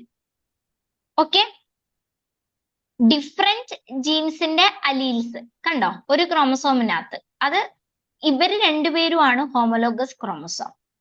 Okay, ഒരു കാര്യം കൺഫ്യൂസ്ഡ് ആവരുത്. ഈ ഹോമോലോഗസ് ക്രോമസോം എന്ന് പറയുമ്പോൾ ആക്ച്വലി ഞാൻ ഇവിടെ കൊടുത്തേക്കുന്നത് 2 ക്രോമസോംസാ. നമ്മൾ എപ്പോഴും തെറ്റിദ്ധരിക്കും ഇത് മാത്രമാണ് ഒരു ക്രോമസോം എന്ന്. ആക്ച്വലി ഈ ഒരു സ്റ്റേറ്റിൽ നിന്ന് ഈ ഒരു സ്റ്റേറ്റിലേക്ക് ഇവർ മാറുന്നത് എപ്പോഴാണ്? സെൽ സൈക്കിളിലെ എസ് ഫേസിലാണ്. അവർക്ക് റെപ്ലിക്കേറ്റ് ചെയ്തിട്ട് അവര് ഫോം ചെയ്യുന്നതാണ്. ഓക്കെ, അപ്പം ഇതൊരു ഹോമോലോഗസ് ക്രോമസോം ആണ് എന്നുള്ളത് നിങ്ങൾ അസ്യൂം ചെയ്തേ, അങ്ങനെയാണ് അതിന്റെ കൺസെപ്റ്റ് എടുക്കേണ്ടത്. മാറിപ്പോരുത്. പലപ്പോഴും എല്ലാവരും ഇത് മാത്രമാണ് ക്രോമസോം എന്ന് വിചാരിക്കും. So alleles of the same gene എന്ന് പറയുമ്പോൾ ഇങ്ങനെ ഹോമോലോഗസ് ക്രോമസോംസിനകത്ത് ഇങ്ങനെ വരാം. പിന്നെ ഹോമോസൈഗസ് ഡോമിനന്റ് കണ്ടോ, ഹോമോസൈഗസ് ആയിട്ട് ഡോമിനന്റ് അലീൽസ് ഹോമോസൈഗസ് ഹോമോലോഗസ് ക്രോമസോംസിന് ക്യാപിറ്റൽ സി സ്മോൾ ഡി വരുമ്പോൾ ഹോമോസൈഗസ് റിസസീവ് അലീൽസ് ആണ്. 2 homologous chromosomes. Okay, heterozygous alleles എങ്ങനെ വരുന്നു? അപ്പൊ നമ്മൾ പ്രോബ്ലം അല്ലെങ്കിൽ ലിങ്കേജിന്റെ കൺസെപ്റ്റ് ഒക്കെ പറയുമ്പോൾ ഹോമോലോഗസ് ക്രോമസോംസ് എന്ന് പറയുമ്പോൾ നിങ്ങൾ ഈ ഒരു കൺസെപ്റ്റ് മനസ്സിൽ വെക്കാൻ വേണ്ടിയിട്ട് ഞാൻ ജസ്റ്റ് ആഡ് ചെയ്തു. ഓക്കെ, ഇതുവരെ പറഞ്ഞതിനകത്ത് എന്തെങ്കിലും ഉണ്ടോ ചോദിക്കാൻ? എന്തെങ്കിലും ഡൗട്ടോ കാര്യങ്ങളോ?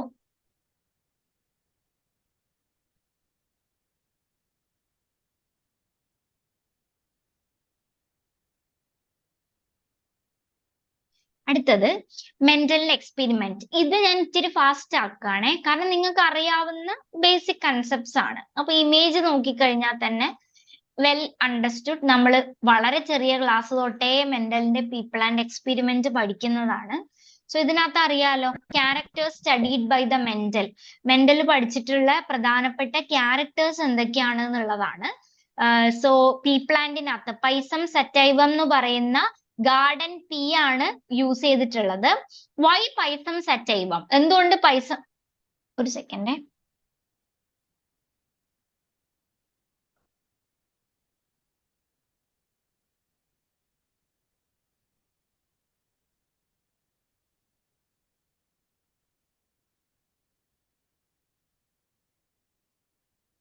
ഓക്കെ, വൈ പൈസം സറ്റൈവം എന്നുള്ളതാണ് അടുത്തൊരു ക്വസ്റ്റ്യൻ എന്ന് പറയുന്നത്. സോ എന്തുകൊണ്ടായിരിക്കും ഇത്രയും പ്ലാൻസ് അവൈലബിൾ ആയിട്ട് ഇത് ചൂസ് ചെയ്തത്? ഒന്ന്, വെൽ ഡിഫൈൻഡ് ആയിട്ടുള്ള ഡിസ്ക്രീറ്റ് ക്യാരക്ടേഴ്സ് ഇവർക്കുണ്ട്. അതാണ് ഈ സെലക്ട് ചെയ്ത 7 ക്യാരക്ടേഴ്സ് എന്ന് പറയുന്നതും വെൽ ഡിഫൈൻഡ് ആയിട്ട് വളരെ ഡിസ്ക്രീറ്റ് ആയിട്ട് നിൽക്കുന്ന ക്യാരക്ടേഴ്സ് ആണ്. ഓക്കെ, ഇപ്പം സീഡ് കളർ ആയാലും കണ്ടോ, സീഡ് കളറിൽ തന്നെ യെല്ലോ ഗ്രീൻ ഉണ്ട്. സീഡ് ഷേപ്പ് റൗണ്ട് ഉണ്ട്, റിങ്കിൾഡ് ഉണ്ട്. സീഡ് കോട്ട് കളർ എന്ന് പറയുന്നത് ഗ്രേ ഉണ്ട്, വൈറ്റ് ഉണ്ട്. ഫ്ലവർ പൊസിഷൻ ആക്സിയൽ ഉണ്ട്, ടെർമിനൽ ഉണ്ട്. സ്റ്റെം ലെങ്ത് ടോൾ ഉണ്ട്, ഡ്വാർഫ് ഉണ്ട്. പോട്ട് കളർ യെല്ലോ ഉണ്ട്, ഗ്രീൻ ഉണ്ട്. പോട്ട് ഷേപ്പ് ഇൻഫ്ലേറ്റഡ് ഉണ്ട്, കൺസ്ട്രിക്റ്റഡ് ഉണ്ട്. So 7 discrete characters, contrasting characters available ആയിരുന്നു പീ പ്ലാന്റിനകത്ത്. പിന്നെ ബൈസെക്ഷൽ ഫ്ലവേഴ്സ് ആണ്. ഓക്കെ, ബൈസെക്ഷൽ ഫ്ലവേഴ്സ് ആണ് എന്നുള്ളത് അനദർ ഇമ്പോർട്ടൻറ്റ് അഡ്വാൻറ്റേജ് ആയിരുന്നു. പിന്നെ പ്രിഡോമിനന്റ് ആയിട്ട് അവരിൽ നിന്നിരുന്നത് സെൽഫ് ഫെർട്ടിലൈസേഷൻ ആണ്. സോ ക്രോസ് ഫെർട്ടിലൈസേഷൻ വന്നു കഴിയുമ്പോഴാണ് കൂടുതൽ വേരിയേഷൻസ് വരുന്നത്. പക്ഷെ പൈസം സറ്റൈവത്തിൽ അതിനുള്ള ഒരു പോസിബിലിറ്റി ഇല്ലാത്തതുകൊണ്ട് ഈ സെലക്ട് ചെയ്ത ക്യാരക്ടേഴ്സിനകത്ത് വേരിയേഷൻസ് ഒന്നും വരില്ല. അപ്പൊ കോൺസ്റ്റന്റ് ആയി നിൽക്കുന്നത് കൊണ്ട് തന്നെ സ്റ്റഡി ചെയ്യാൻ ഈസിയാണ്, ഹൈബ്രിഡൈസ് ചെയ്യാൻ ഈസിയാണ്, കൾട്ടിവേറ്റ് ചെയ്യാൻ ഈസിയാണ്. റിലേറ്റീവ്ലി ഷോർട്ട് ലൈഫ് സൈക്കിൾ പെട്ടെന്ന് കംപ്ലീറ്റ് ചെയ്യുന്ന പ്ലാന്റ് ആണ് പൈസം സറ്റൈവം. സോ ഇത്രയും അഡ്വാൻറ്റേജസ് കൊണ്ടാണ് ഗാർഡൻ പീ ഒരു എക്സ്പെരിമെന്റൽ ഓർഗാനിസം അല്ലെങ്കിൽ ഒരു പ്ലാന്റ് ആയിട്ട് യൂസ് ചെയ്തത്. ആൻഡ് യൂസ് ചെയ്തിട്ടുള്ള 7 ഡിസ്ക്രീറ്റ് ക്യാരക്ടേഴ്സ് ഇത്രയാണ്. ഇനി മെന്റൽ ഇതിലൂടെ ഈ പീ പ്ലാന്റിന്റെ എക്സ്പെരിമെന്റിലൂടെ ഹൈബ്രിഡൈസേഷൻ എക്സ്പെരിമെന്റ്സ് ഓൺ പൈസം സറ്റൈവത്തിനെ ബേസ് ചെയ്തിട്ട് മെന്റൽ പ്രപ്പോസ് ചെയ്തിട്ടുള്ള സർട്ടൻ ലോസ് ഓഫ് ഇൻഹെറിറ്റൻസ് ഉണ്ട്. അതാണ് Mendel's laws of inheritance, law of dominance, law of segregation, law of independent assortment. Okay, ഇത് മൂന്നും നിങ്ങൾക്ക് ഫെമിലിയർ ആണല്ലോ. നമുക്ക് ഒന്നുകൂടെ അത് പറയാം. ഈ കൺസെപ്റ്റ് ഉറച്ചാൽ മാത്രമേ നമുക്ക് അങ്ങോട്ട് ഇനി ബാക്കി കാര്യങ്ങൾ ചെയ്യാൻ പറ്റൂ. ഇതിനൊക്കെ അപ്ലിക്കേഷൻ എങ്ങനെ വരുന്നു എന്നുള്ളത് ഞാനിപ്പോ നിങ്ങൾക്ക് ഒരു ക്വസ്റ്റ്യൻ കാണിച്ചു തരും. അപ്പം കുറച്ചുകൂടെ കണക്ഷൻ കിട്ടും. So mono hybrid cross. എന്താ ഒരു മോണോ ഹൈബ്രിഡ് ക്രോസ് എന്ന് പറഞ്ഞു കഴിഞ്ഞാൽ? It is the cross involving only one trait. ഒരു ട്രേറ്റ് ഇൻവോൾവ് ചെയ്യുന്ന ക്യാരക്ടറിനെയാണ് ക്രോസിനെയാണ് നമ്മൾ എന്ത് പറയുന്നത്? മോണോ ഹൈബ്രിഡ് ക്രോസ് എന്ന് പറയുന്നത്. അതായത് ഒരു ക്യാരക്ടർ, അതായത് ഒറ്റ ഒന്നേ ഉണ്ടാവുള്ളൂ. ഇവിടെ ഇപ്പം പ്ലാന്റിന്റെ ടോൾ ആയിട്ടുള്ള പ്ലാന്റ്സിനെ ഡ്വാർഫ് ആയിട്ടുള്ള പ്ലാന്റുമായിട്ടാണ് ക്രോസ് ചെയ്യുന്നത്. പാരന്റ്സ് ടോളും ഡ്വാർഫും ആണ്. സോ അതിനകത്ത് ഒരു ക്യാരക്ടർ മാത്രമേ കൺസിഡർ ചെയ്തിട്ടുള്ളൂ. ആൻഡ് F1 ജനറേഷനിലേക്ക് വന്നപ്പോഴത്തേക്കും എല്ലാം കിട്ടിയേക്കുന്നത് എന്താ? ടോൾ ആണ്. Okay, capital T, small T, capital T. അത് ക്രോസ് അറിയാലോ വരയ്ക്കാനൊക്കെ. ഞാൻ ഇവിടെ വരച്ച് കാണിച്ചു തരാം. ക്യാപിറ്റൽ ടി ഒരു ടോളും ഒരു ഡ്വാർഫും പ്ലാന്റിനെ തമ്മിൽ ക്രോസ് ചെയ്തു. സോ ഇതിൽ നിന്ന് പോസിബിൾ ആയിട്ടുള്ള ഗമീറ്റ്സ് ആരൊക്കെയാ? ക്യാപിറ്റൽ ടി, ഇതിനകത്തുനിന്ന് സ്മോൾ ടി. സോ ഇതിനെ രണ്ടിനെയും ക്രോസ് ചെയ്യുന്ന സമയത്ത് capital T, small T, and ഇതെന്താണ്? ആക്ച്വലി ടോൾ ആണ്. സോ F1 ജനറേഷനകത്ത് എല്ലാം ടോൾ പ്ലാന്റ്സിനെ കിട്ടി. ഇനി ഹെട്രോസൈഗസ് ആയിട്ടുള്ള ഇതിനെ സെൽഫ് ഫെർട്ടിലൈസ് ചെയ്തു. ഓക്കെ, സെൽഫ് ഫെർട്ടിലൈസ് ചെയ്തു ക്യാപിറ്റൽ ടി F1 ജനറേഷനിൽ കിട്ടിയതിനെ. ഓക്കെ, അത് കിട്ടിയിട്ട് നമ്മൾ അതിനെ ഏതിൽ റെപ്രസെന്റ് ചെയ്തു? ഇതുപോലൊരു പണ്ണറ്റ് സ്ക്വയറിനകത്ത് നമ്മൾ കാണിച്ചു. ഓക്കെ, ക്രോസ് ചെയ്യാണ്. സോ ഇത് ക്രോസ് ചെയ്ത സമയത്ത് നിങ്ങൾ നോക്കിയേ, ഇതിൽ നിന്ന് രണ്ടിനകത്തൊന്നും പോസിബിൾ ആയിട്ടുള്ള ഗമീറ്റ്സ് ആണ് ഇവിടെ കൊടുത്തേക്കുന്നത്. ഇതെല്ലാം ഗമീറ്റ്സ് ആണ്. ഓക്കെ, ഒരു പാരന്റ്, സെക്കൻഡ് പാരന്റ്. അതായത് ഇതൊരു പാരന്റിൽ നിന്നുള്ള ഗമീറ്റ്, ഇത് സെക്കൻഡ് പാരന്റിൽ നിന്നുള്ള ഗമീറ്റ്സ്. സോ ക്രോസ് ചെയ്യുമ്പം നമുക്ക് എന്തൊക്കെ കിട്ടി? Capital T, capital T, capital T, small T, capital T, small T, small T, small T. അതായത് ഹോമോസൈഗസ് ടോൾ. ഇപ്പൊ ഫീനോട്ടിപ്പിക് റേഷ്യോയും ജീനോട്ടിപ്പിക് റേഷ്യോയും നമുക്ക് ഇതിൽ നിന്ന് സെപ്പറേറ്റ് ചെയ്ത് എഴുതാം. ഫീനോട്ടിപ്പിക് റേഷ്യോ നോക്കുവാണെങ്കിൽ നിങ്ങൾക്ക് ഇതിൽ നിന്ന് എത്ര ടോൾ ആയിട്ടുള്ള ഇൻഡിവിജ്വൽസിനെ കിട്ടി? 1, 2, 3. സോ 3 ടോളും ഒരു ഡോർഫും. സോ 3:1 ആണ് ഫീനോട്ടിപ്പിക് റേഷ്യോ വരുന്നത്. ജീനോട്ടിപ്പിക് റേഷ്യോ നോക്കിയേ. ജീനോട്ടിപ്പിക് റേഷ്യോ എന്ന് പറയുമ്പോൾ ജീനോടൈപ്പ് ക്യാപിറ്റൽ ടി എത്രയേ ഉള്ളൂ? ഒരെണ്ണേ ഉള്ളൂ. സോ 1. അപ്പം ജീനോട്ടിപ്പിക് റേഷ്യോ എന്ന് പറയുന്നത് എങ്ങനെ വരും? Capital T small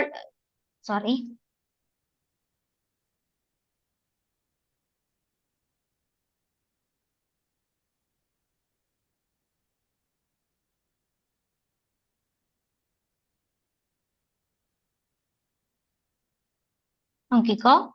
capital T എത്രയേ ഉള്ളൂ? ഒരാളേ ഉള്ളൂ. Okay, capital T small T എത്ര പേരുണ്ട്? 1, 2. Okay, and small T again 1. So what is the genotypic ratio? 1:2:1. So tallness എന്ന് പറയുന്നതാണ് ഇവിടുത്തെ ഡോമിനന്റ് ആയിട്ട് നിൽക്കുന്ന ട്രേറ്റ് അല്ലെങ്കിൽ ക്യാരക്ടർ എന്ന് പറയുന്നത്. ഓക്കെ, സോ ഇതാണ് മോണോ ഹൈബ്രിഡ് ക്രോസ്. സോ ഇതിൽ നിന്നാണ് ലോ ഓഫ് ഡോമിനൻസും ലോ ഓഫ് സെഗ്രിഗേഷനും എക്സ്പ്ലെയിൻ ചെയ്യുന്നത്. സോ എന്താ ലോ ഓഫ് ഡോമിനൻസ് എന്ന് പറഞ്ഞു കഴിഞ്ഞാല്, Mendel's law of dominance states that, നോക്കിയോ, ഇൻ എ ഹെട്രോസൈഗോട്ട്. ഇനി ഹെട്രോസൈഗോട്ട് എന്താന്ന് ക്ലിയർ ആയല്ലോ. One trait will conceal the presence of another trait for the same characteristic. Rather than both the alleles contributing to a phenotype, dominant allele will be expressed exclusively. So ഒരു ഹെട്രോസൈഗോട്ടിന്റെ കേസിലാണ് ഇവിടെ പറയുന്നത് law of dominance. So ഹെട്രോസൈഗോട്ടില് ഒരു character, ഒരു trait വേറൊന്നിനെ എന്ത് ചെയ്യും? ഒരു same ക്യാരക്ടറിസ്റ്റിക്കിന്റെ another ട്രേറ്റിന്, അതായത് ടോള് ഡ്വാർഫിനെ കൺസീൽ ചെയ്തു ഹെട്രോസൈഗോട്ടിക് കണ്ടീഷനിൽ. സോ രണ്ട് അലീൽസും ഒരു ഫീനോടൈപ്പ് കോൺട്രിബ്യൂട്ട് ചെയ്യുന്നതിന് പകരം ഇവിടെ ഡോമിനന്റ് അലീല് എക്സ്ക്ലൂസീവ്ലി അത് മാത്രം എക്സ്പ്രസ് ചെയ്യപ്പെട്ടു. ഓക്കെ, സോ നോർമലി ഇങ്ങനെ ഒരു ഡോമിനൻസ് ഇല്ലായിരുന്നെങ്കിൽ ക്യാപിറ്റൽ ടി സ്മോൾ ടി വന്നെടുത്ത് ഒരു ഇന്റർമീഡിയറ്റ് ലെങ്ത് ആണ് പ്ലാന്റിന് ഉണ്ടാവേണ്ടത്. പക്ഷെ അതിന് പകരം എന്ത് കിട്ടി? ടോൾ എന്ന് പറയുന്ന ആ ഒരു ട്രേറ്റ് അവിടെ ഡോമിനേറ്റ് ചെയ്തു. ഓക്കെ, അവര് മാത്രമാണ് എക്സ്ക്ലൂസീവ്ലി എക്സ്പ്രസ് ചെയ്യപ്പെട്ടത്. And the recessive അലീൽ will remain latent but will be transmitted to offspring by the same manner in which the dominant allele is transmitted.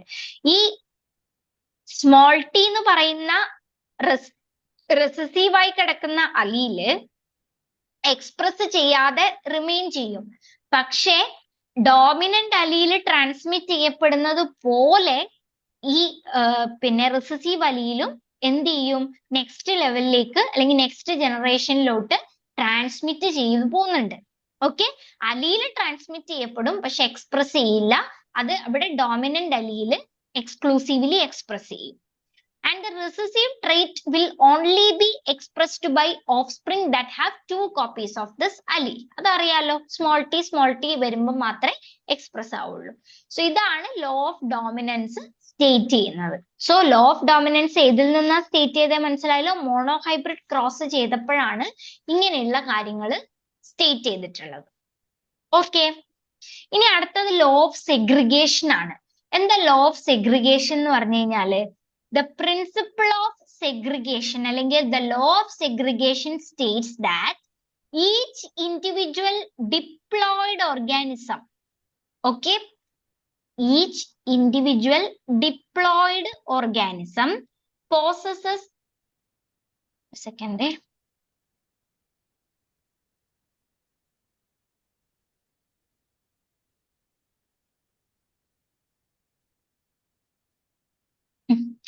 each individual diploid organism possesses 2 alleles for any particular character. ഒരു diploid organism ആണെങ്കിൽ, okay, ആ statement not ചെയ്യണേ. അതായത് ഒരു diploid ഓർഗാനിസത്തിന് എപ്പോഴും ഒരു particular ക്യാരക്ടറിന് 2 alleles ഉണ്ടാവും. Okay, and these 2 alleles segregate എന്ന് വെച്ച് കഴിഞ്ഞാൽ separate when gametes are formed and 1 allele goes into each gamete. മനസ്സിലായോ? അതായത് ഒരു ഡിപ്ലോയിഡ് ഓർഗാനിസത്തിന് ഓരോ ക്യാരക്ടറിനും 2 അലീൽസ് വെച്ചുണ്ടാവും. ആൻഡ് ഈ 2 അലീൽസും ഗമീറ്റ് ഫോർമേഷന്റെ സമയത്ത് സെഗ്രിഗേറ്റ് അല്ലെങ്കിൽ സെപ്പറേറ്റ് ചെയ്തിട്ട് ഓരോ അലീലും ഓരോ ഗമീറ്റിലേക്ക് എൻ്റർ ചെയ്യും. The 2 alleles segregate into gametes in equal പ്രൊപ്പോർഷനിലായിരിക്കും 2 അലീൽസും സെഗ്രിഗേറ്റ് ചെയ്യുക. അല്ലെങ്കിൽ ഡോമിനന്റ് ആയിട്ടുള്ളവർ മാത്രമല്ല പോണത്, ഡോമിനന്റും റിസസീവും എല്ലാ അലീൽസും ഗമീറ്റ്സിലേക്ക് ഈക്വൽ പ്രൊപ്പോർഷനിൽ പോകും. അതാണ് ലോ ഓഫ് സെഗ്രിഗേഷൻ എന്ന് പറയുന്നത്. ഓക്കെ, അത് ക്ലിയർ ആണല്ലോ നിങ്ങൾക്ക് ആ statement?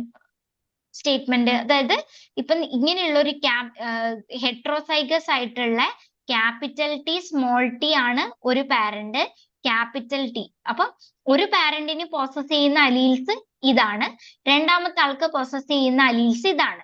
Okay, diploid organism. So ഇതിൽ നിന്ന് ഒരു ക്യാരക്ടറിന്റെ 2 അലീൽസ് ഉണ്ട്. That each allele will goes into, ഇപ്പൊ ഇവിടെ ഞാൻ കാണിച്ചേക്കുന്നത് എന്താ, ആക്ച്വലി ഗമീറ്റ്സ് ആണ്.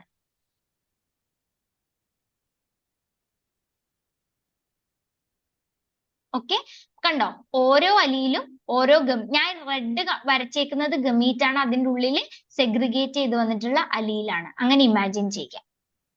Okay, so that is the law of segregation. Okay, ഇനി അടുത്തത് പറയുന്നത് ഡൈഹൈബ്രിഡ് ക്രോസ് ആണ്. Dihybrid cross involves 2 independent traits അല്ലെങ്കിൽ 2 ക്യാരക്ടറിനെ വെച്ചിട്ട് ചെയ്യുന്നതാണ് ഡൈഹൈബ്രിഡ്. ഡൈഹൈബ്രിഡ് എന്ന് പറയുമ്പോൾ 2. ഓക്കെ, സോ ഇതാണ് ക്രോസ് എന്ന് പറയുന്നത്. നോക്കിക്കോ, ഫസ്റ്റ് ഇതാ പാരന്റ് ജനറേഷനകത്ത് round yellow seeds, okay, round yellow seeds wrinkled green സീഡ്സുമായിട്ട് ക്രോസ് ചെയ്തു. സോ അതിന്റെ ജീനോടൈപ്പ് നോക്കിയേ. Genotype capital R, capital R, capital Y, capital Y, small R, small R, small Y, small Y. അതിൽ നിന്ന് gametes form ചെയ്യുന്നു. Capital R, capital Y. കണ്ടോ, gametes separate ചെയ്യുന്നുണ്ടോ? Okay, ഇത് ഡൈഹൈബ്രിഡ് ആണ്. ഡൈഹൈബ്രിഡ് എന്ന് വെച്ച് കഴിഞ്ഞാല് 2 ഇൻഡിപെൻഡന്റ് ആയിട്ടുള്ള ട്രേറ്റ്സ് ഒരുമിച്ച് ഇൻവോൾവ് ചെയ്യുന്ന ഒരു ക്രോസ്. ഓക്കെ, ഇവിടെ റൗണ്ട് എന്ന് പറയുന്നത് സീഡ് ഷേപ്പ് ആണ്, യെല്ലോ എന്ന് പറയുന്നത് സീഡ് കളർ ആണ്. സോ 2 ക്യാരക്ടർ വന്നു അവിടെ. ഓക്കെ, സോ അത് അപ്പൊ അതിൽ നിന്ന് ഫോം ചെയ്യുന്ന ഗമീറ്റ്സ് ആണ് താഴെ കൊടുത്തേക്കുന്നത്. ഓക്കെ, ആൻഡ് ഫെർട്ടിലൈസേഷൻ നടക്കുന്നു F1 ജനറേഷനിൽ. Round capital R small R capital Y small Y. Okay, round yellow seeds form ചെയ്യുന്നു. Phenotype as that of the first parent. പക്ഷെ എന്ത് സംഭവിച്ചു? ജീനോടൈപ്പില് ഹെട്രോസൈഗസ് ആയിട്ടുള്ള ഇൻഡിവിജ്വലിനെയാണ് കിട്ടിയത്. ഇനി എഗെയിൻ ഇവരിൽ നിന്ന് നെക്സ്റ്റ് ഫോം ചെയ്യുന്ന ഗമീറ്റ്സ് നിങ്ങൾ നോക്കിയേ, എത്ര പോസിബിൾ ഗമീറ്റ്സ് ഉണ്ട് നോക്ക് ഡിഫറെന്റ് അലീൽസിലെ. Capital R capital Y, small R small Y, capital R small y, small r capital Y. Okay, these 4 different types of gametes are possible from this F1. ഇത്രയും gametes form ചെയ്യുന്നു. And അതിനെ self fertilise ചെയ്ത് കഴിയുമ്പോഴത്തേക്കും കിട്ടുന്ന ഇൻഡിവിജ്വൽസിനെയാണ് നമ്മൾ ഇവിടെ represent ചെയ്തേക്കുന്നത്. Okay, അപ്പം ഇതിൽ നിങ്ങൾ ഈ ചിത്രം നോക്കിയാൽ തന്നെ അതിന്റെ ഫീനോടൈപ്പ് മെൻഷൻ ചെയ്തിട്ടുണ്ട്, ജീനോടൈപ്പ് അതിന്റെ അകത്ത് എഴുതിയിട്ടുണ്ട്. സോ ഹെട്രോസൈഗസ് പാരന്റിൽ നിന്നുള്ള ഗമീറ്റ്സ് ആണ്, കണ്ടോ, ഗമീറ്റ്സ് ഫ്രം ഹെട്രോസൈഗസ് പാരന്റ് ആണ് ഇത്. ഓക്കെ, ഇവിടെ ഇത് ഒരു പാരന്റ്, ഇത് അടുത്ത പാരന്റ്, ഇത് ഫസ്റ്റ് പാരന്റ്, ഇത് സെക്കൻഡ് പാരന്റ്. ആൻഡ് ഇതിനെ തമ്മിൽ നമ്മൾ ക്രോസ് ചെയ്യുന്നു. അപ്പൊ capital Y capital Y capital R capital R. ഞാൻ നിങ്ങൾക്ക് ഇത് വരക്കാൻ അറിയാമെന്നുള്ള രീതിയിലാണ് ഈ ഇമേജ് എടുത്തിട്ടത്. ഇത് അറിയില്ലെങ്കിൽ ഞാൻ വരച്ച് കാണിച്ചു തരാം. ഓക്കെ അല്ലേ? ഈ ഇമേജ് വെച്ച് എക്സ്പ്ലെയിൻ ചെയ്യുന്നതുകൊണ്ട് ക്ലിയർ അല്ലേ? ക്രോസ് ചെയ്യാൻ അറിയാലോ, ഡൈഹൈബ്രിഡ് ക്രോസ് അറിയുന്നുണ്ടാവുമല്ലോ എല്ലാവർക്കും. ഇനി ആർക്കെങ്കിലും വേണമെന്നുണ്ടെങ്കിൽ ജസ്റ്റ് ഒന്ന് മെസ്സേജ് ഇടുവോ? ഓക്കെ,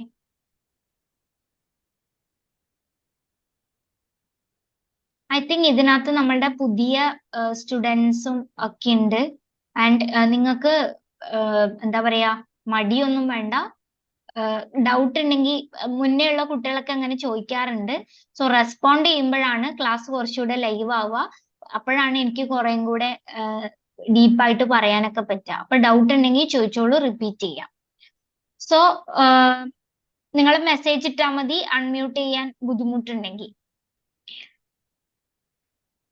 ഓക്കെ, അപ്പൊ ഈ ക്രോസ് കംപ്ലീറ്റ് ചെയ്യുമ്പോൾ നമുക്ക് 16 പ്രൊജനീസിനെയാണ് കിട്ടുന്നത്. അതിന്റെ ഫീനോട്ടിപ്പിക് റേഷ്യോ എന്ന് പറയുന്നത് നോക്കിയാൽ അറിയാം, 9 റൗണ്ട് യെല്ലോ പ്രൊജനീസിനെ കിട്ടുന്നുണ്ട്. 9 റൗണ്ട് യെല്ലോ. ഓക്കെ, ഏതൊക്കെയാണെന്ന്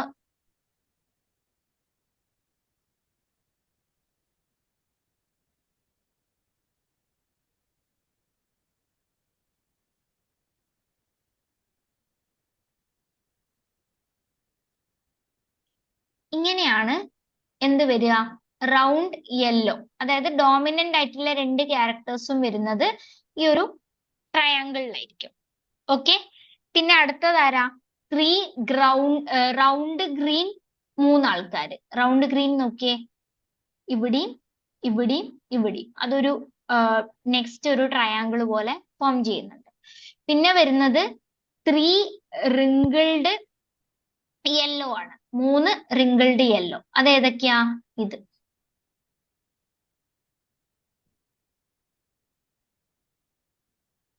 okay, and finally 1 wrinkled. So ഇങ്ങനെയാണ് ഇതിന്റെ ഫീനോട്ടിപ്പിക് റേഷ്യോ വരുന്നത്. 9:3:3:1. ഈ റേഷ്യോ നമ്മൾ ഇനി ജീൻ ഇന്ററാക്ഷൻ ഒക്കെ പഠിക്കുമ്പോൾ ഇതിന്റെ മോഡിഫിക്കേഷൻസ് ആണ് പറയുക. സോ ഈ റേഷ്യോ ഓർമ്മിച്ചു നോക്കുക, 9:3:3:1. ഓക്കെ, സോ ജീനോട്ടിപ്പിക് റേഷ്യോ എഴുതാനാവുമല്ലോ. ഞാനിപ്പോ എഴുതുന്നില്ല, മാറിക്കൊണ്ടേയിരിക്കും. 1:2:1:1 നമ്മൾ അങ്ങനെ ഇത്രയും ആൾക്കാരുടെ ജീനോടിപ്പ് ടൈപ്പ് എഴുതേണ്ടി വരും. സോ ഇത്രയാണ് മെയിൻ ആയിട്ട് നമുക്ക് ഇതിനകത്ത് ആവശ്യമുള്ളത്. ഫീനോട്ടിപ്പിക് റേഷ്യോ ആണ് 9:3:3:1. ഓക്കെ, ഇനി ഇതിൽ നിന്നാണ് ഇൻഡിപെൻഡന്റ് അസോർട്ട്മെന്റിന്റെ പ്രിൻസിപ്പിൾ ഡെവലപ്പ് ചെയ്തിട്ടുള്ളത്. Law of independent assortment state ചെയ്യുന്നത്, assortment of genes of one pair is independent of the other pair at the time of gametogenesis. എന്ന് വെച്ച് കഴിഞ്ഞാൽ എന്താ, each pair of contrasting character behaves independently and bears no association with a particular character. എന്ന് വെച്ച് കഴിഞ്ഞാൽ ഇവിടെ ഇപ്പൊ 2 character ആണ് ചൂസ് ചെയ്തിട്ടുള്ളത്. എന്താ, സീഡ് ഷേപ്പും സീഡ് കളറും. ഇതിന്റെ ജീൻസ് ഗമീറ്റോജെനിസിന് അല്ലെങ്കിൽ ഗമീറ്റ് ഫോർമേഷന്റെ സമയത്ത് ഒരു പെയർ ഓഫ് ജീൻസ്, ഒരു ക്യാരക്ടറിനെ കോഡ് ചെയ്യുന്ന genes, they assort independently of the other. അതായത് ഇവിടെ സീഡിന്റെ ഷേപ്പിനെ എൻകോഡ് ചെയ്യുന്ന ക്യാപിറ്റൽ ആർ ഇല്ലേ, അവര് ഇൻഡിപെൻഡന്റ്ലി ആയിരിക്കും അസോർട്ട് ചെയ്യുക. ക്യാപിറ്റൽ വൈ അവര് ഇൻഡിപെൻഡന്റ്ലി ആയിരിക്കും അസോർട്ട് ചെയ്യുക. Okay, and they behaves independently. ആ രണ്ട് കോൺട്രാസ്റ്റിംഗ് ക്യാരക്ടേഴ്സിന്റെ ജീൻസും ഇൻഡിപെൻഡന്റ്ലി ബിഹേവ് ചെയ്യുക. അവര് എന്താ പറയാ, സീഡ് കളറിനെ കോഡ് ചെയ്യുന്നത്. ഇപ്പൊ ആറിന്റെ കൂടെ മാത്രമേ വൈ അങ്ങനെയല്ല, അതായത് ഇൻഡിപെൻഡന്റ്ലി ആണ് രണ്ടും ബിഹേവ് ചെയ്യുക. Because of such an independent assortment of character, new combinations of characters are produced in the of spring. അതുകൊണ്ടാണ് നമുക്ക് ഫീനോട്ടിപ്പിക് റേഷ്യോ ഇത്രയും വാസ്റ്റ് ആയിട്ട് കിട്ടാനുള്ള കാര്യം. ഓക്കെ, എന്തുകൊണ്ടാ? ഇപ്പൊ നിങ്ങൾ ആലോചിച്ച് നോക്കിയേ, ഇപ്പം ക്യാപിറ്റൽ ആർ ക്യാപിറ്റൽ വൈ ഇതാണ് നമ്മൾ ക്രോസ് ചെയ്യുന്നത്. ഓക്കെ, രണ്ടാമത്തേല് സ്മോൾ ആർ സ്മോൾ വൈ. നിങ്ങൾ ആലോചിച്ച് നോക്കൂ, ഇവർ ഒരുമിച്ച് അസോർട്ട് ചെയ്യുന്നുള്ളൂ എങ്കിൽ ഇതിൽ നിന്ന് സെപ്പറേറ്റ് ആയിട്ടുള്ള ഒരു കോമ്പിനേഷൻ ഈസ് ഇമ്പോസിബിൾ ആക്ച്വലി, അല്ലേ? സോ ഇവരിൽ ഓരോരുത്തരും ഇൻഡിപെൻഡന്റ്ലി അസോർട്ട് ചെയ്തത് കൊണ്ടാണ് അത്രയും വെറൈറ്റി. അത് ഈ സെക്കൻഡ് ജനറേഷന്റെ കേസിൽ, F1 ജനറേഷനിൽ നോക്കിയാൽ കുറച്ചുകൂടി ക്ലാരിറ്റി കിട്ടും. ക്യാപിറ്റൽ ആറിന് ക്യാപിറ്റൽ വൈയും സ്മോൾ വൈയും ആയിട്ടും കോമ്പിനേഷൻ ഫോം ചെയ്യാം. കണ്ടോ? അത് ഇൻഡിപെൻഡന്റ്ലി അസോർട്ട് ചെയ്യുന്നതുകൊണ്ടാണ് അത്രയും പോസിബിലിറ്റീസ് വരുന്നത്. ഓക്കെ, സോ അതാണ് ലോ ഓഫ് ഇൻഡിപെൻഡന്റ് അസോർട്ട്മെന്റ് എന്ന് പറയുന്നത്. ക്ലിയർ ആയോ?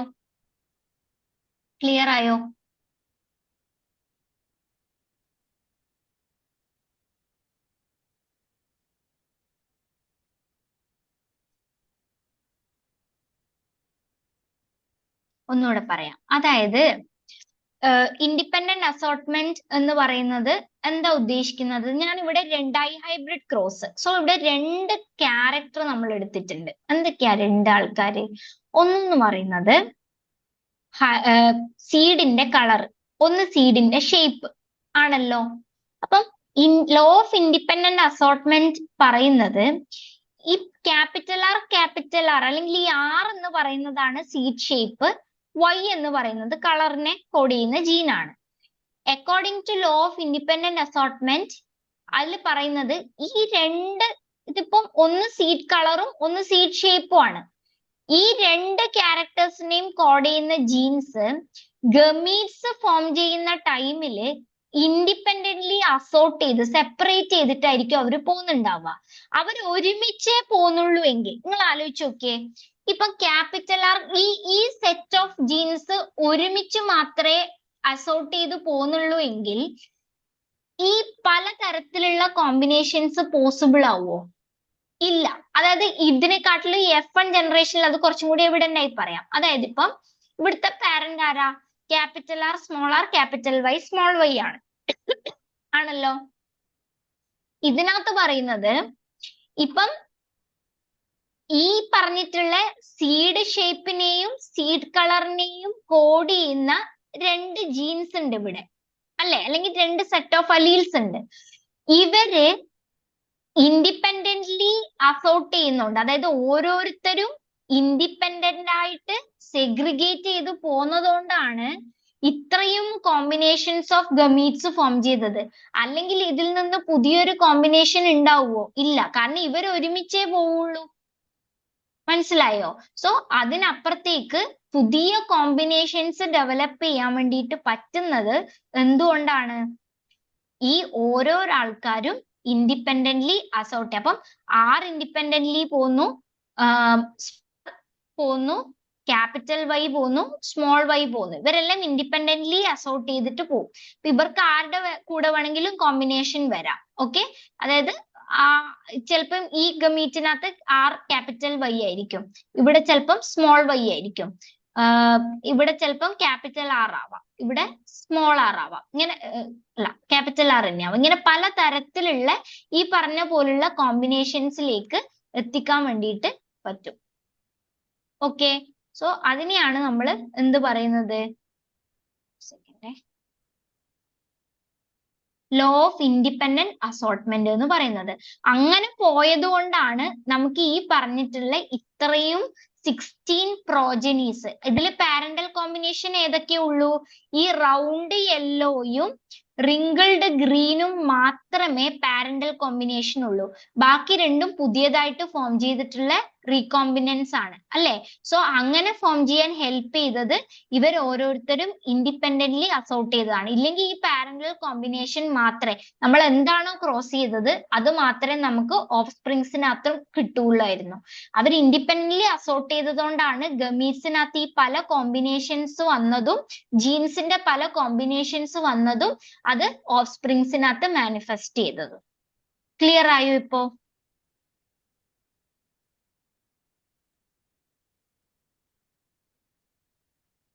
ഇനി അടുത്തൊരു ടേം ബാക്ക് ക്രോസ് ആണ്. Cross between an F1 genotype. അതായത് ഒരു ക്രോസിനകത്ത് കിട്ടുന്ന F1 ജീനോടൈപ്പിനെ either of the parental genotype, ഏതെങ്കിലും ഒരു പാരന്റൽ ജീനോടൈപ്പുമായിട്ട് ക്രോസ് ചെയ്യുന്നതിനെയാണ് നമ്മൾ ബാക്ക് ക്രോസ് എന്ന് പറയാം. Okay, back cross.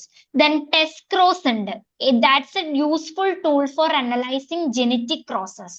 നമ്മൾ ജെനറ്റിക് ക്രോസസ് അനലൈസ് ചെയ്യാൻ വേണ്ടിയിട്ട് യൂസ് ചെയ്യുന്ന അനദർ ഇമ്പോർട്ടൻറ്റ് ടൂൾ ആണ് ഈ ടെസ്റ്റ് ക്രോസ്. ടെസ്റ്റ് ക്രോസിൽ എന്താ ചെയ്യാന്ന് വെച്ച് കഴിഞ്ഞാൽ one individual of unknown genotype, നമുക്ക് ജീനോടൈപ്പ് അറിയാത്ത ഒരു ഇൻഡിവിജ്വലിനെ വേറൊരു ഇൻഡിവിജ്വൽ ഒരു ഹോമോസൈഗസ് റെസസീവ് ജീനോടൈപ്പ് ഉള്ള ഇൻഡിവിജ്വലുമായിട്ട് ക്രോസ് ചെയ്യുന്നു.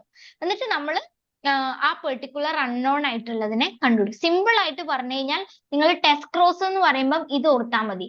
ഹോമോസൈഗസ് റെസസീവ് ജീനോടൈപ്പുമായിട്ട് ഒരു പെർട്ടിക്കുലർ ജീനോടൈപ്പിനെ ക്രോസ് ചെയ്യുന്നുണ്ടെങ്കിൽ അതിനെ നമ്മൾ ടെസ്റ്റ് ക്രോസ് എന്ന് പറയും. ഏതെങ്കിലും ഒരു പാരന്റുമായിട്ട് F1നെ ക്രോസ് ചെയ്യുന്നതിനെയാണ് ബാക്ക് ക്രോസ് എന്ന് പറയുക. റെസസീവ് ആയിട്ടുള്ള ഹോമോസൈഗസ് റെസസീവ് ആയിട്ടുള്ള ഒരു ജീനോടൈപ്പുമായിട്ട് ഒരു പെർട്ടിക്കുലർ ജീനോടൈപ്പിനെ ക്രോസ് ചെയ്യുന്നതിനെയാണ് നമ്മൾ ടെസ്റ്റ് ക്രോസ് എന്ന് പറയുക. ഈ ടെസ്റ്റ് ക്രോസിന്റെ അപ്ലിക്കേഷൻ ലെവൽ ക്വസ്റ്റ്യൻസ് ആണ് ഞാൻ താഴെ, അത് ഞാൻ നെക്സ്റ്റ് ക്ലാസ്സിൽ ചെയ്യിക്കാം. ഞാൻ ഇരുന്ന് ചെയ്യിക്കേണ്ട ഒരു കാര്യമാണ്, അത് നമുക്ക് നെക്സ്റ്റ് ക്ലാസ്സിൽ ചെയ്യാം. ഓക്കെ, സോ ഇത്രയും ക്ലിയർ ആയോ? ഏറ്റവും ജെനറ്റിക്സിന്റെ ബേസിക്സ് ആണ് ഇപ്പൊ പറഞ്ഞത്. ഇനി നമ്മൾ ഇതുപോലുള്ള ക്വസ്റ്റ്യൻസ് ചെയ്യും. പ്രോബബിലിറ്റി എന്ന് പറയുന്ന ഒരു മെത്തേഡ് നമ്മൾ ജെനറ്റിക്സിൽ എങ്ങനെ യൂസ് ചെയ്യുന്നു എന്നുള്ളതാണ്. ഓക്കെ, ഇതുപോലുള്ള ജീനോടൈപ്സ് പ്രെഡിക്റ്റ് ചെയ്യാനും അങ്ങനെയുള്ള കാര്യങ്ങൾക്ക് ഒരു സെക്കൻഡ് അങ്ങനെയുള്ള കാര്യങ്ങൾക്കൊക്കെ വേണ്ടിയിട്ട് എങ്ങനെ നമുക്ക് യൂസ് ചെയ്യാം.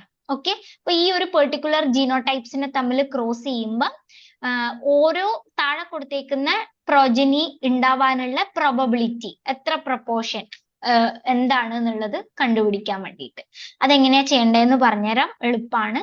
സോ ഇങ്ങനത്തെ ടൈപ്പ് ഓഫ് ക്വസ്റ്റ്യൻസ് നമ്മൾ നെക്സ്റ്റ് ക്ലാസ് തൊട്ടിട്ട് ചെയ്തുകൊണ്ട് പോവാം. ഓക്കെ, അല്ലെങ്കിൽ നമുക്ക് ഒന്നും മനസ്സിലാവില്ല. പിന്നെയുള്ളത് ഓക്കെ, പിന്നെ ലിങ്കേജ് ആൻഡ് ജീൻ മാപ്പിംഗ്, അത് അടുത്ത എക്സ്റ്റൻഷൻ ആയിട്ട് പറയണ്ടേ. അപ്പൊ ഇത്രയും ഓക്കെ ആണല്ലോ? ഓക്കെ, സോ ബാക്കി നമുക്ക് എന്നാ നെക്സ്റ്റ് ക്ലാസ്സിൽ പറയാം. സോ എന്തെങ്കിലും ഡൗട്ട്സ് ഉണ്ടെങ്കിൽ ചോദിക്കാം.